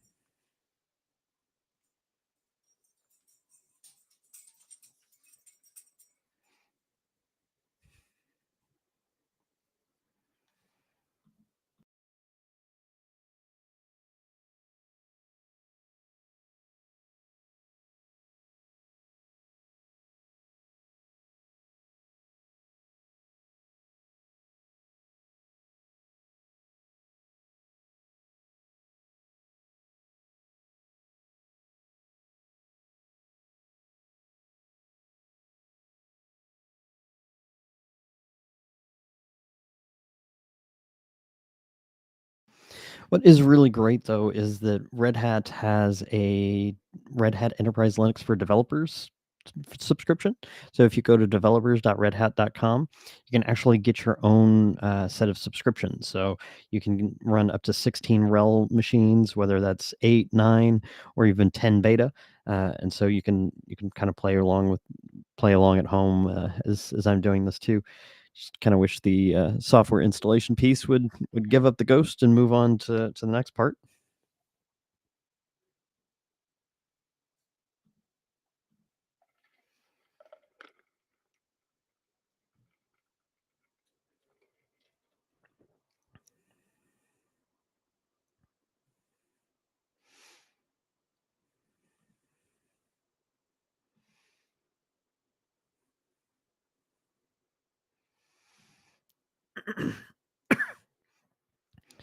So far, the Iron sysadmin hasn't set himself or his house on fire. Um, I think the hot glue would be more dangerous than soldering myself, but that's just me.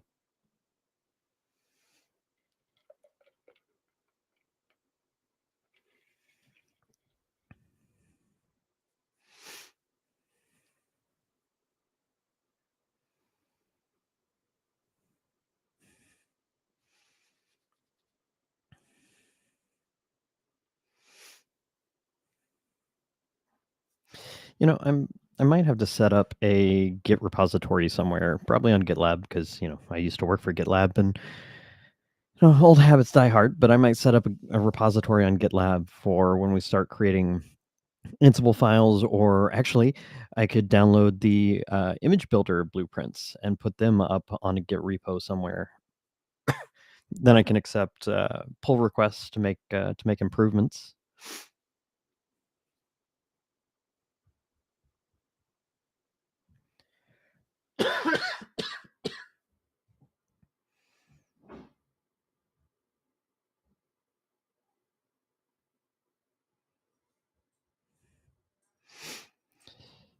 So one of the things I've been kind of doing on the side here is looking at Owncast. I'm hoping to save myself a $450 a year subscription to Restream by hosting Owncast. I may not host it in my home lab, considering we're often doing work in the home lab, but I could see setting up a script to spin up a DigitalOcean droplet and configuring Owncast. So everyone go and track down the Iron sysadmin's GitLab repository and steal all of his Podman stuff. So an old coworker of Nate's put the idea to run GitLab in his head. I wonder who that could have been. Probably some good-looking dude with long hair.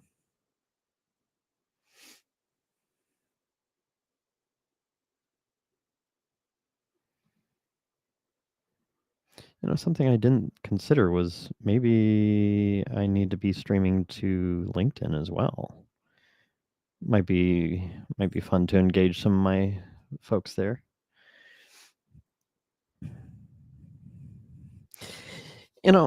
Random conversation, but I've been on Blue Sky for a few months and followed a lot of the same people that I follow on Mastodon, because I completely let my Twitter X account die.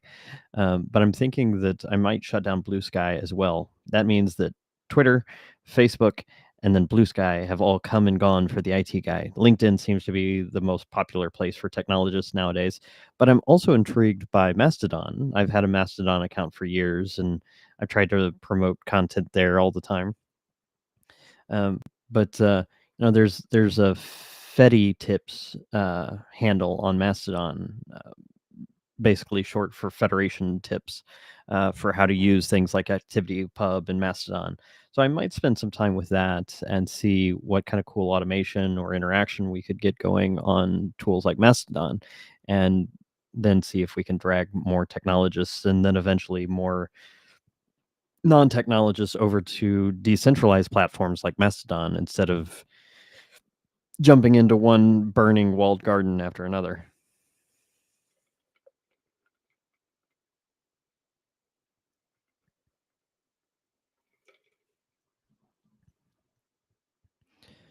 Yeah, Iron Sysadmin says Mastodon all the way. I don't blame you. I'm not seeing the allure of Blue Sky, other than the fact that it's not Twitter. I don't know. I don't see the point. And in fact, most of the technologists that run in the same circles that I do basically take all their Mastodon content and just repost it word for word on Blue Sky. Not that I do that every time I post, but hey.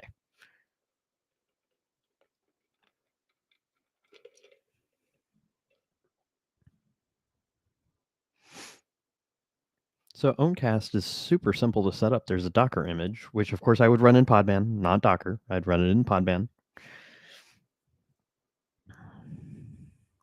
I don't know. Y'all want to see this? I can switch shares real quick while we're waiting.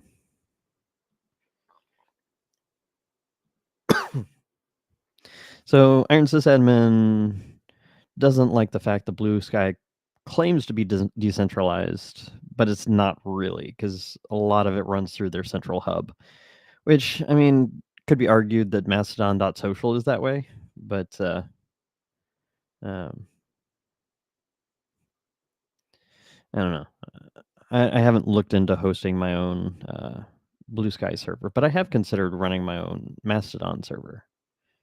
I'd be the only account, but hey, it'd be the same as my Matrix account, right? Which my Matrix server is almost live. It's almost live. I'm having some issues getting redirects working for the .well-known directory. So once I get that sorted, I may just host it underneath my main website, especially if I migrate off of WordPress onto like Hugo. Let's see.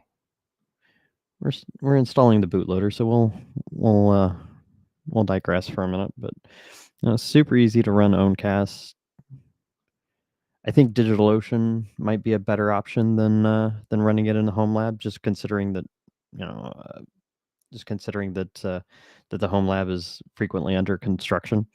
Although Unraid does have an app for it, so you should just basically deploy the app. That's how most of my home production stuff is running right now.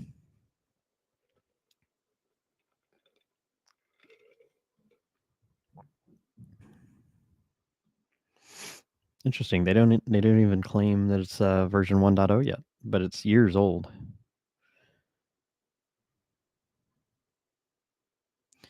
Let's see. Do you have like some? Ooh, I could embed my streams into my website, which would be great after I rebuild it off of WordPress.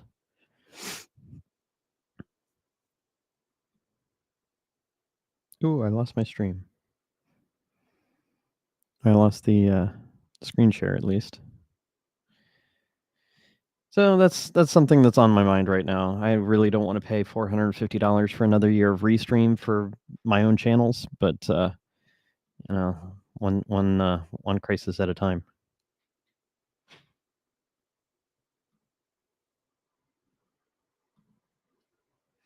I'm not sure why I lost the screen share.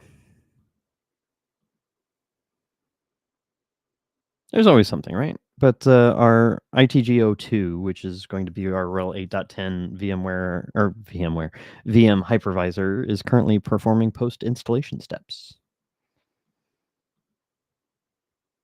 There we go. When in doubt, start and stop.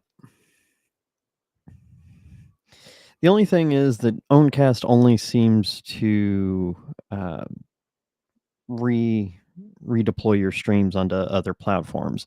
It doesn't have like a broadcast interface like Restream does.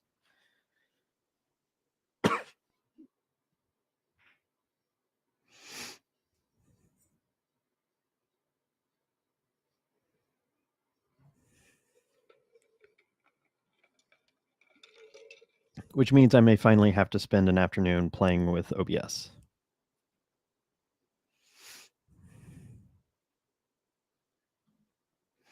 I've fairly well avoided it.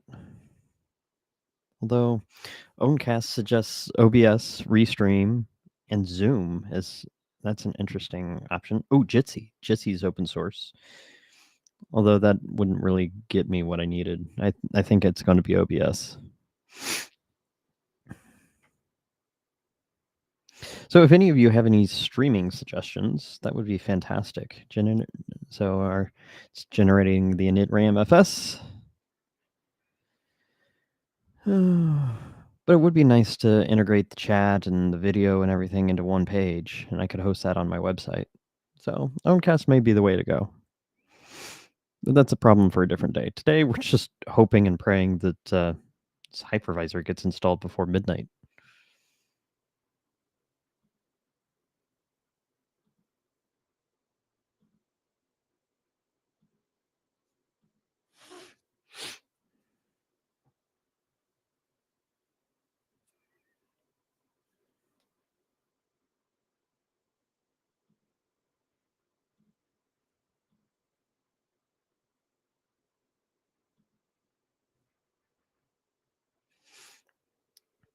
Hey, there we go. Ta-da!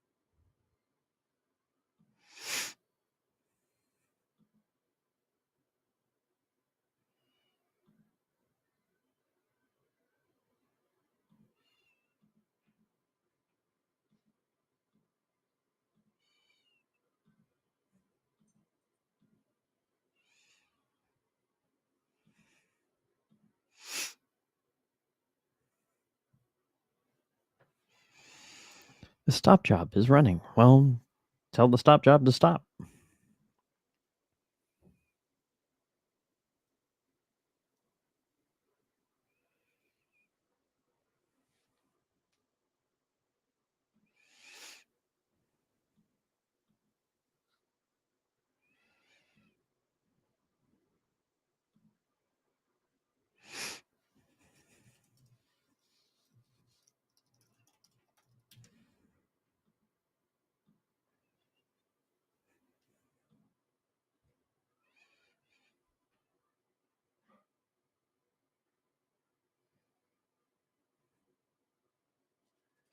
Okay, our server just rebooted.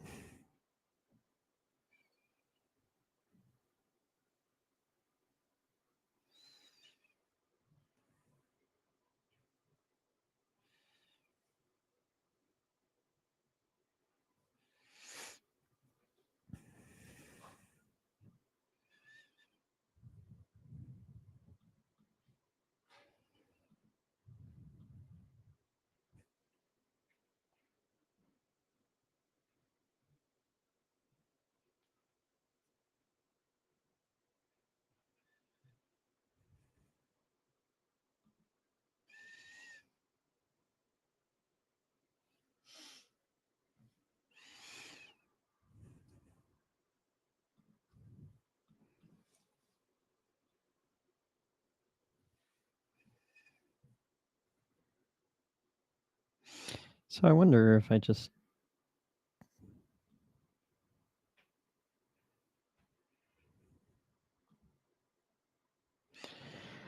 enumerating boot options. We're making some progress here. 2.5 hours in, and we're just about ready to boot into our operating system.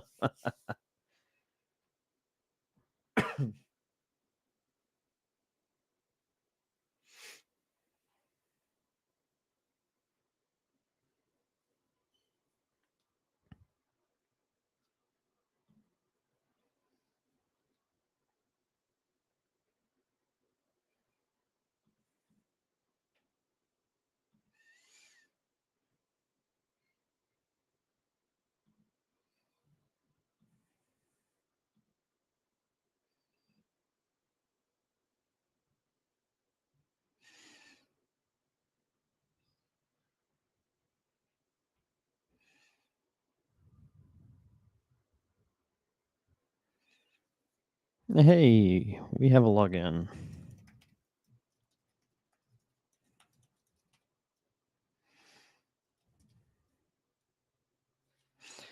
Uh, 192. Okay, so I got the wrong IP address, but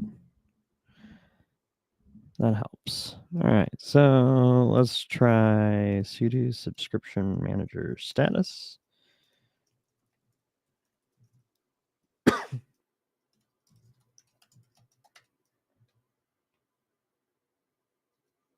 Oop.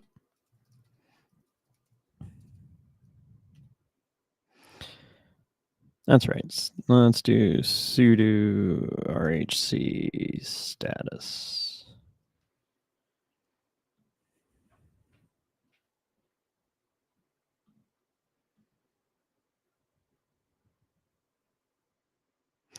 Oh, interesting. Sudo. I must have missed that checkbox. So let's go ahead and, not register.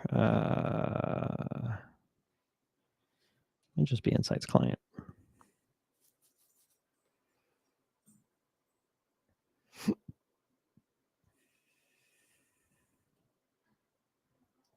There we go.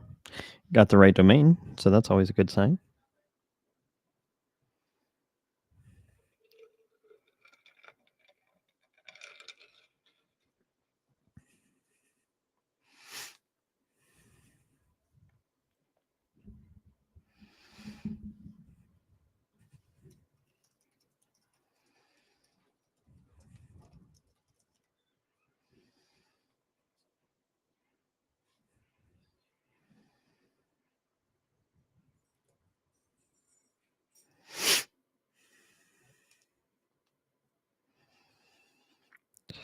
So if you're unfamiliar, we'll talk about Insights another day, but I highly, highly, highly recommend Insights because if you're running RHEL, it's included.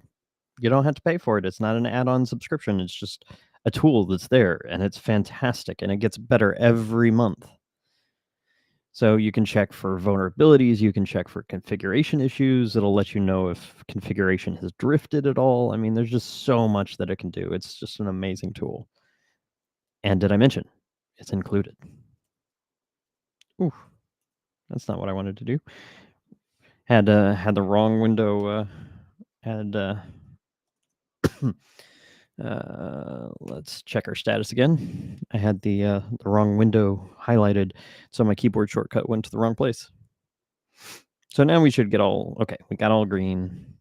Now let's see, sudoers. So for now, what I'm going to do is something that I don't highly recommend outside of a home lab, but I'm going to change the wheel group to be no password. But that's only because once we get Ansible playbooks going, then I'm going to change how the sudo rules work on this box.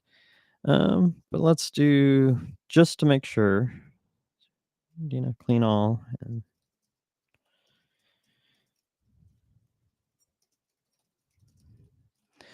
I like to make sure everything's nice and updated before I start making any changes.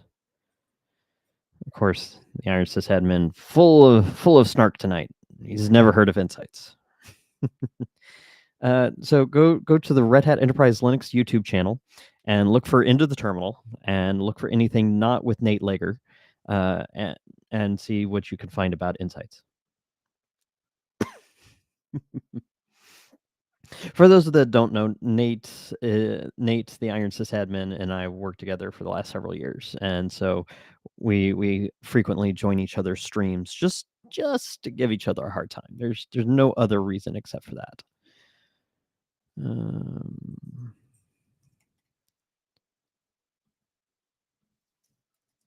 fact, because I still love my brothers and sisters over in RHEL land, I shall even share the URL to the YouTube channel. So if you haven't, head on over to the RHEL YouTube channel, subscribe. Into the Terminal is live every Friday at noon Eastern. They used to have this really cool show called RHEL Presents, but they decided to kill it. Um, but yeah, a lot of great content. This is true. The Iron Sys admin did promise me a lot of heckling when he first joined the stream. So this is true. So one other thing I'll do real quick is it's dead. It's dead, Jim. So instead, we're going to take status. Fun fact: the little caret there, the little if you do a little is it a tick? Not a tick. The little caret thing, and then type in a word from the previous command, and then another caret, and then type in what you want to replace it with. It'll basically do like a cut and replace for the previous command. So like in this one, I did sudo systemctl status cockpit.socket. Well, it's dead and disabled. So what I want to do is instead of status, I want to do enable now, which is the equivalent of doing a systemctl enable systemctl start in one command. And so I'm going to use the majority of the previous command here to bring up. So now it's active and listening. So what I can do now is, oh, I'm sorry, RHEL Presents is not dead. It's on hold. All right, so I'm going to switch shares again here.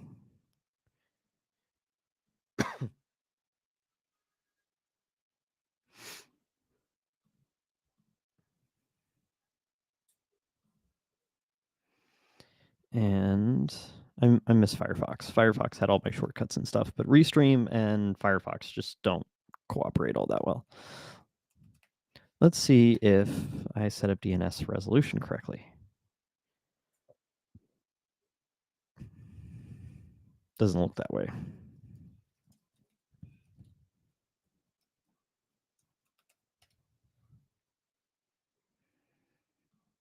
Okay, no matter. I can make that adjustment in Pi-hole. All right. Ta-da! All right, so one thing has failed. So that failed to start first boot service for registering subscription manager and/or insights. Before we build anything new, I like to check and make sure that. So we're using 6% of 48 CPUs. We've got 64 gigs. We're running on a Dell PowerEdge R730. We've been up for 8 minutes. All right, so let's configure a couple of things before we call it. System time is actually off by an hour. Interesting. So I'm actually in Central Time. Oh, that's not what I wanted it to do. Chicago. So change that. And then this is that performance profile I was telling you about with TuneD. Interesting. It may update on reboot, which we'll do here in a minute. So throughput performance, that may be fine, but since this is only going to be a hypervisor, what I'm going to do is use TuneD, and I'm going to specify that this is going to be a virtual host. So it's going to optimize it's process scheduling, CPU times, all that kind of thing for running virtual machines as opposed to just being a straight up server. Cryptographic policy we'll leave as default. I have a feeling that I don't think we really need that now, that because we registered manually, so something goofed during the install, not a big problem, because we just manually ran the install for, or the subscription, the subscribe command for Insights. I think that's what's getting bogged down. So if we look at storage, we can see all the we can see the two different disks. I need to go take out that flash drive before I forget it's there. Networking, nothing really to change here. At some point, EN01, which is my 10 gig SFP plus connection. So we won't have 1 gig, but we'll actually have 10 gig. So I've got everything set up to run some Podman containers. We'll go ahead and have that start on boot, so it's ready. Virtual machines will probably get a similar. Oh, nope, didn't. Function is not supported by the connection driver or connect list all interfaces. Hopefully that's not a problem, but we'll find out here soon enough. What I'll end up doing, actually, before we start deploying virtual machines, what I'll want to do is probably not tonight, but what we'll want to do is set up that NFS share on my Unraid server. That way I can share all the ISOs with all of my devices, and then this server can just pull those ISOs from NFS. Accounts, roots disabled, Ansible we've got, services, we're in pretty good shape here. I have noticed that, for some reason, sometimes when you disable kdump in the installer, it still ends up enabled. So we're going to stop and disable that. It probably doesn't do all that much, especially with the amount of resources we have available, but hey, I'm not using it, shut it off. So we've got the storage app, we've got the subscription manager app, we've got the Podman app, the machines app. So, we've got plenty of things we can do. Kernel dump, diagnostic reports, SE Linux. It is enforcing. Don't disable this, please. For the love of Pete. SE Linux has been out for 20 years now. Use it. Don't disable it. Just use it. Software updates.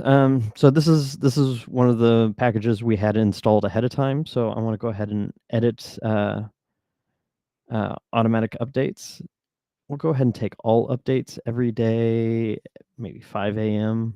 Actually, a lot of my virtual machines do 5 a.m. So we'll do the host at 4 a.m. That way it'll install any updates, which at this point in RHEL 8's lifecycle will probably only be important for us to have. One thing that, Kpatch DNF.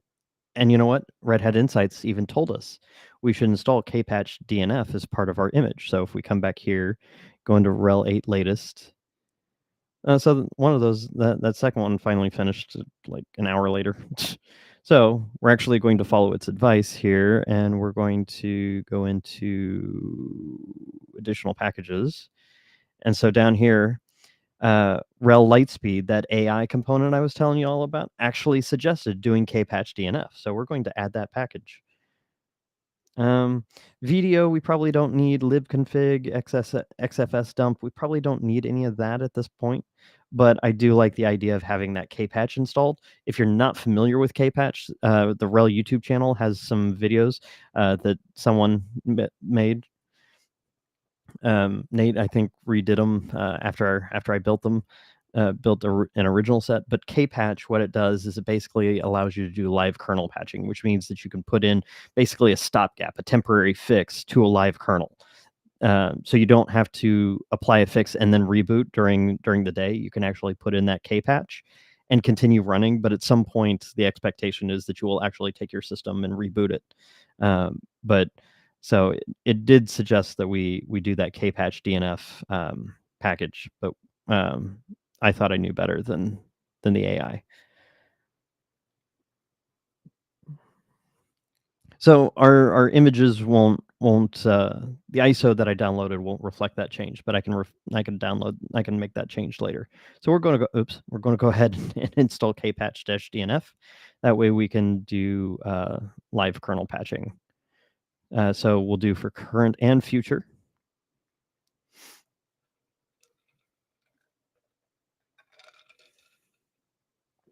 This cup is from Summit 2022.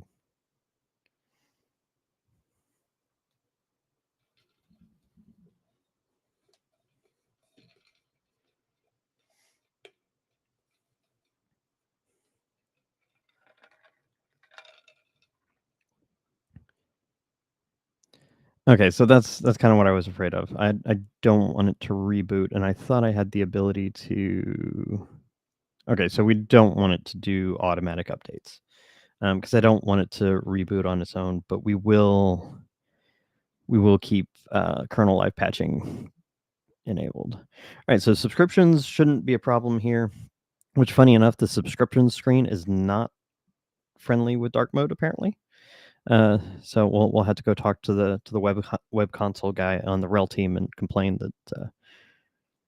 So subscription status disabled.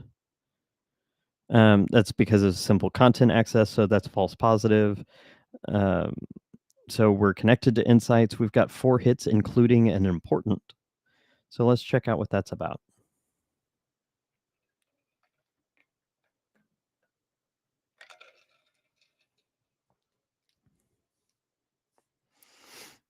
So general information here, we're running kernel 4.18, RHEL 8.10, last boot time is today. So let's get down to, let's check out Advisor and see what those notifications are about.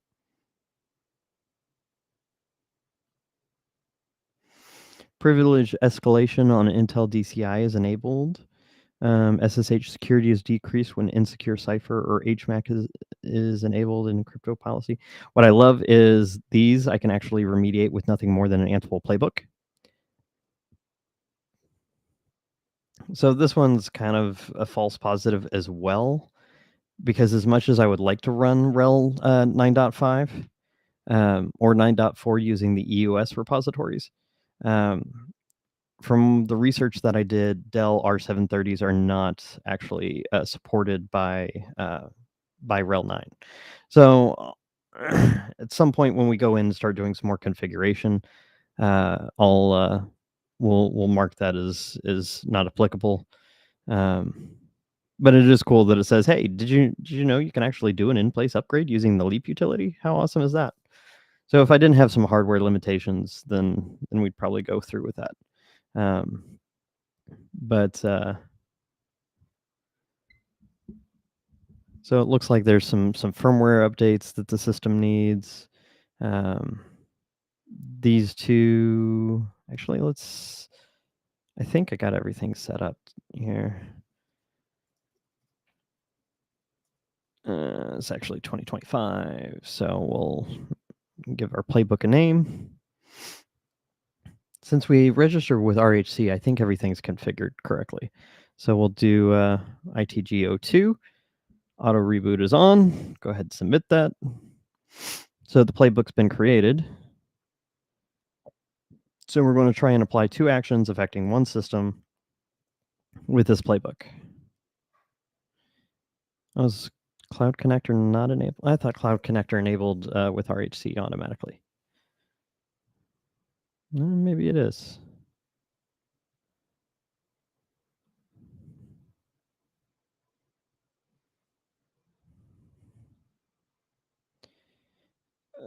So vulnerabilities. We'll come back to that playbook here in a second. So there's a number of moderate. There's 6, in fact, moderate or important. Looks like a couple of them we can fix automatically. Compliance. Don't think we set anything up in compliance because I'm not using OpenSCAP just yet. Right, it's wanting us to create a new policy. Patch shouldn't have anything since it says we have all of the things installed. All right, so let's see.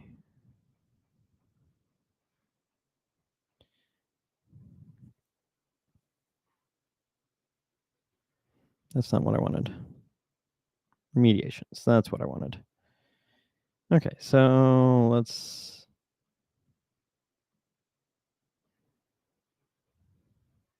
execute the playbook here. Okay, I was right. Okay.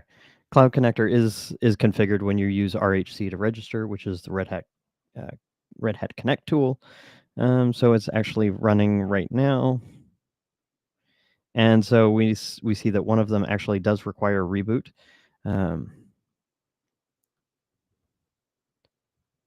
So once this is completed, it will automatically reboot, which is fine because I want to reboot the system before we built anything anyway. It's direct connect, so it's not running through, say a satellite server or anything. So it may actually be rebooting as we speak.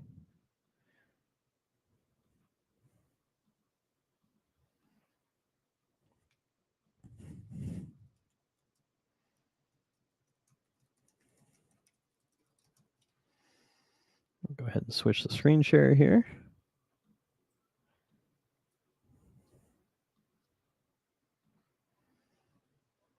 Because 14 things were okay, 7 things were changed, 7 were skipped.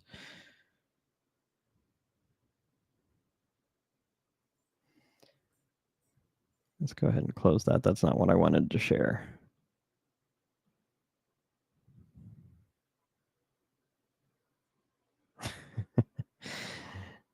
Apparently the Iron sysadmin's getting impatient. He wants me to get to the goods.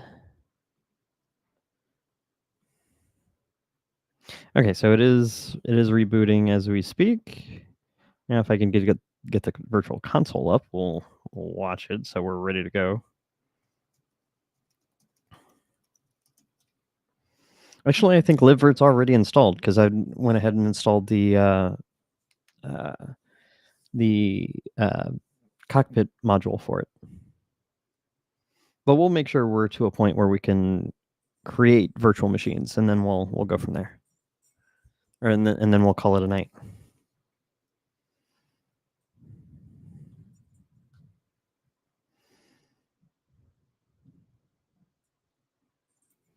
So we see that playbook was successful, so those 2 remediations are done.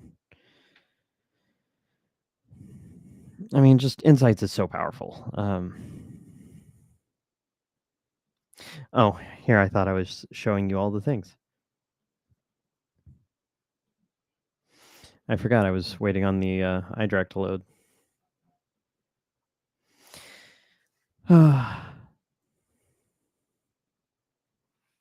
I would think cockpit dash machines would install libvirt as a dependency, but we'll make sure. Just so you can sleep well tonight, Nate. I wouldn't want you to sleep restlessly because I didn't install libvirt on my hypervisor.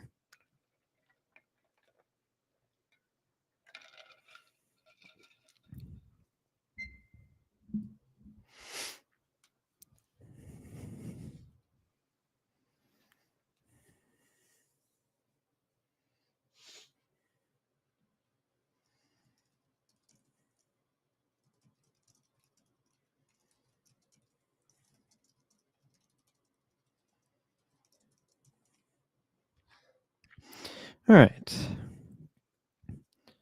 So, I need to switch the share before.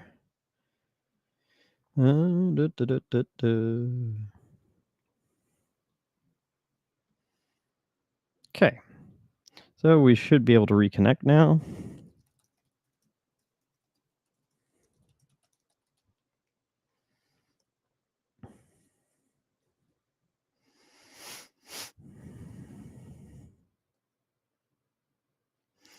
So now for good measure here, let's do a sudo insights client, and that'll force a resync here, and we can check to make sure that those couple of remediations were fixed.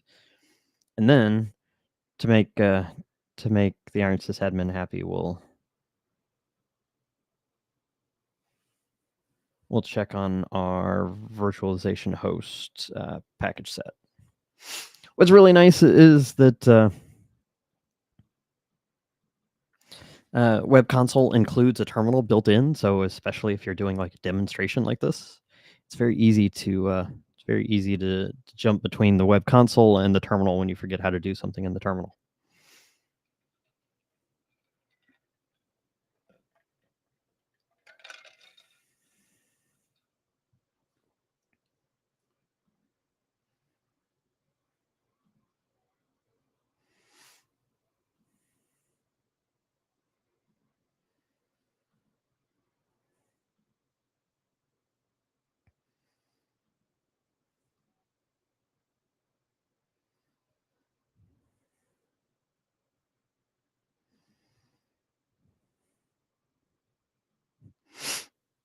Should have done that with an ampersand so it would run in the background.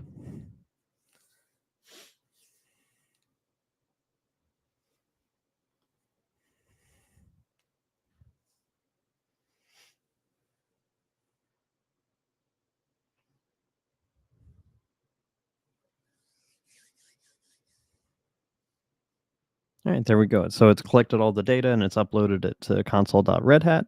Now let's do sudo dnf group list. I think it's installed.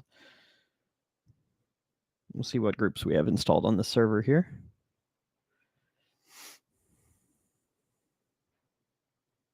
Oh, interesting.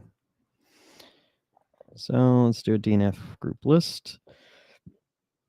Because I think it's virtualization space host with, with capital letters.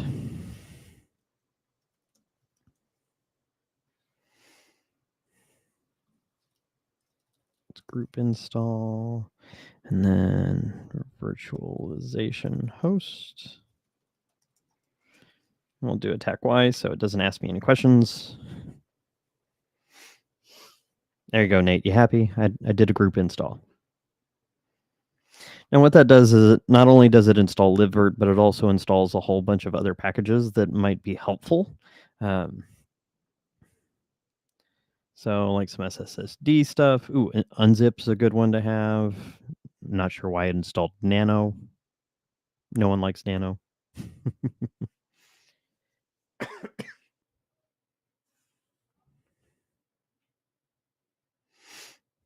Installed the Samba client. So this installed the group installed a lot of packages that I normally wouldn't think to install, but installed Fuse, some iSCSI stuff, but yeah, a whole bunch of libvirt packages as well. XFS dump. Interesting. Nice.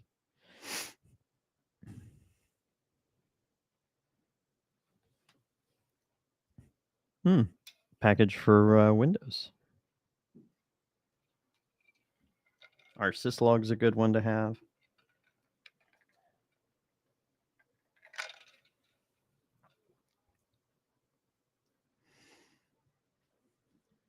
I've been enjoying these live coding events. I appreciate those of you that are watching that are hanging out.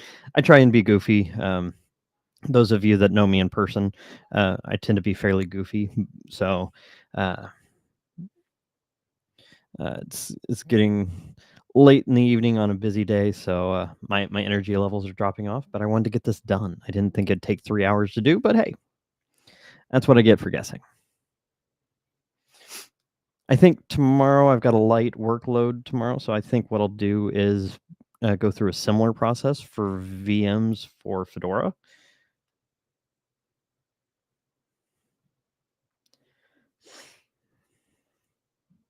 So the Iron sysadmin says that a lot of these packages are because it's setting you up for things like running an actual virt cluster, so not just a standalone hypervisor like we're doing here, but an actual cluster, which makes a lot of sense.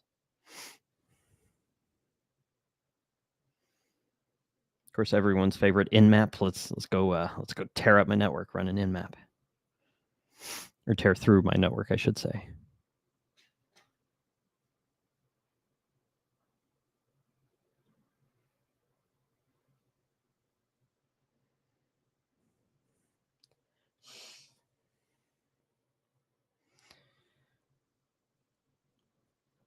Okay, there we go. So then we can jump up here to the virtual machines. No VMs running or defined. Virt install package needs to be installed on the system. And oh, interesting. Why wouldn't it? What if we do a refresh? Interesting. We installed the virtual host group, but virt install isn't included.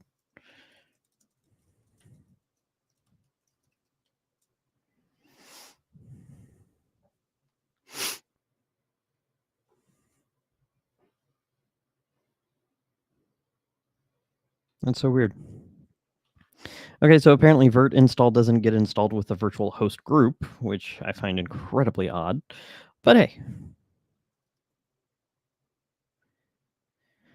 let's refresh here. create. Oh, there we go. Hey. So see, what's nice is we can download, we can run a cloud-based, we can do a local ISO. We can do an ISO by URL. We can do a Pixie boot. Ooh, Pixie boot would be a fun project to undertake here.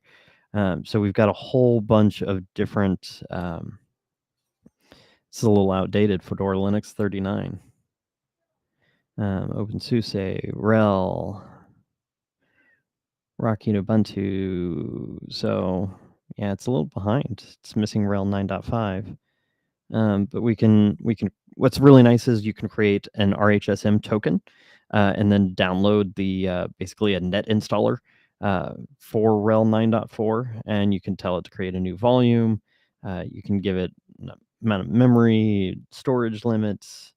There's a bunch of automation involved. We can say it's going to be a server. We can set the root password. We can create our admin account.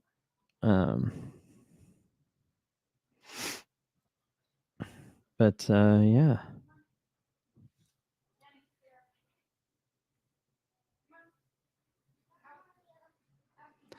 But yeah, so actually here, let's.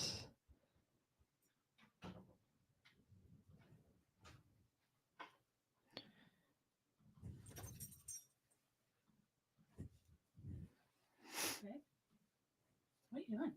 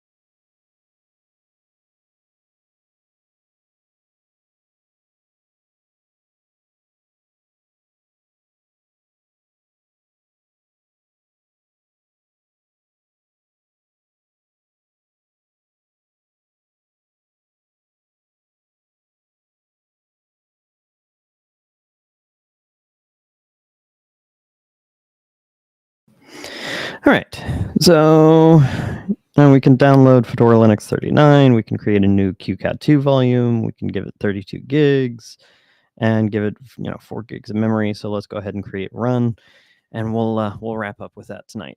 Just make sure that everything's good so that I can start deploying. Oh no, the test failed. Okay, so the default network isn't cooperating, so that's all right. We can come in here. Yeah, that's odd. Occasionally you get weirdness like this, so you can just come in and activate it. Network is already active. I think I just clicked it too fast, so.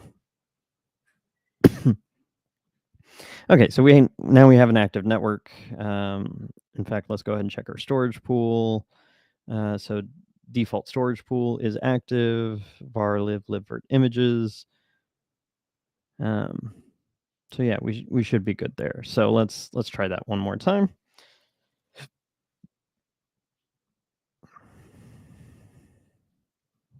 Certainly we'll grab CentOS Stream 9 since that's supported, and I think Fedora Linux 39 is no longer around, so we might have run into some issues there as well. So let's go ahead and just create it, see what happens. Make sure everything works.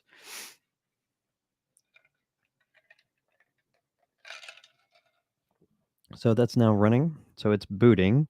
So while it's booting, we can come over here and do a sudo dnf install on cockpit composer. That'll give us the image builder tools, so we can build our own image builder image here.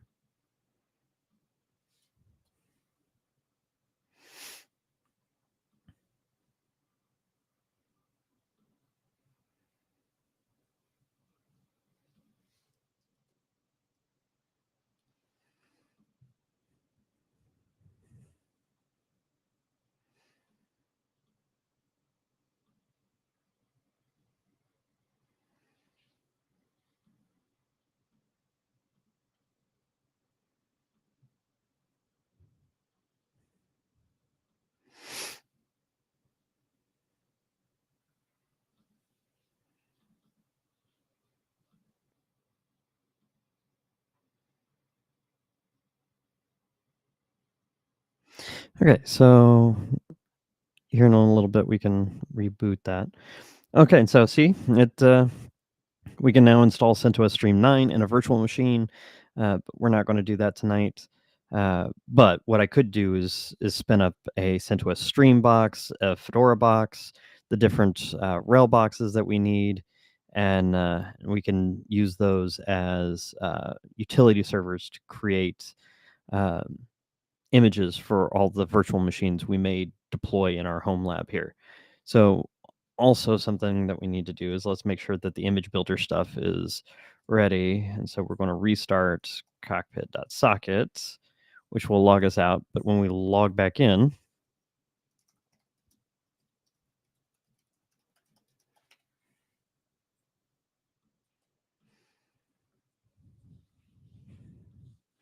so now we've got that image builder app.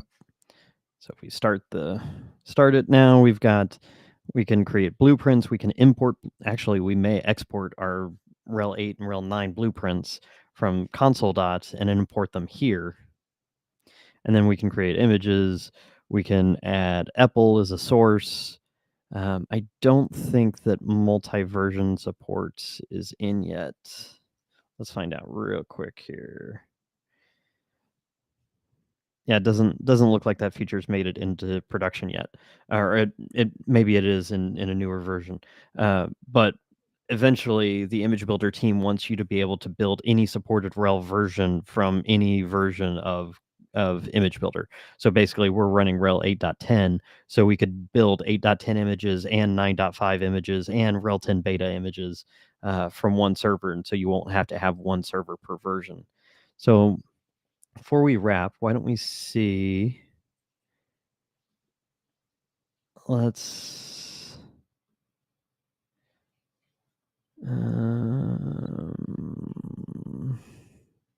download the blueprint. It's a JSON file. It's super small, and then let's import a blueprint. Import it, and that's kind of what I was afraid of. Oh, there. It just needed to be refreshed. So why don't we? Oh, yeah, that's kind of what I was afraid of. So sometimes console dot and the local hosted utility are a little bit out of sync, so it um, creates issues where they aren't compatible. But what we can do is when we go to start building all of our golden images, we can come in here and create that blueprint, and then we can spin up a RHEL 9 box, a RHEL 9 virtual machine, like kind of like we did this RHEL 8 hypervisor. And then we can do the same for CentOS Stream 10, Fedora, Linux 41, and that way we can get our golden images. And I was planning on doing that tomorrow. I wasn't expecting to do this piece tonight, but I think tomorrow or maybe Saturday, I should have some free time, and I kind of want to get those virtual machine golden templates built. That way I can start just, hey, let's talk about building this, and we just clone the QCOW2 file and deploy a new virtual machine, and we're good to go. And eventually those will have all the Ansible playbooks that I want to build, and so it can configure the system the way that I would expect it to run, and like import SSH keys and set up connections to GitLab, and all the different kinds of things that you have to go through each time. So my hope is to build a very well orchestrated environment here in my home lab to make things a little bit easier, and hopefully teach a few folks a little bit as well. So this has been a 3-hour live stream just to get one virtual or one hypervisor up and running, but we overcame and we conquered and got a couple of new subscribers for the channel, so really appreciate it. Tomorrow I'll probably be talking about some Fedora things as well, but really looking forward to continuing this project. Now, especially now that we've got a hypervisor up and running, really looking forward to it. So if you haven't already, hit subscribe and click that like button. Would really appreciate the algorithm juicing efforts there to just click that thumb. In the time it's taken me to explain it, you could have clicked it about 100 times. So if you would, just click that button, and would really appreciate it. Until the next time, I don't know when the next podcast episode will go out. Still trying to nail down an interview date, but hopefully that'll be soon. But until then, we'll try and do some more of these live coding sessions, and really appreciate you all coming and hanging out. So we'll talk to you soon.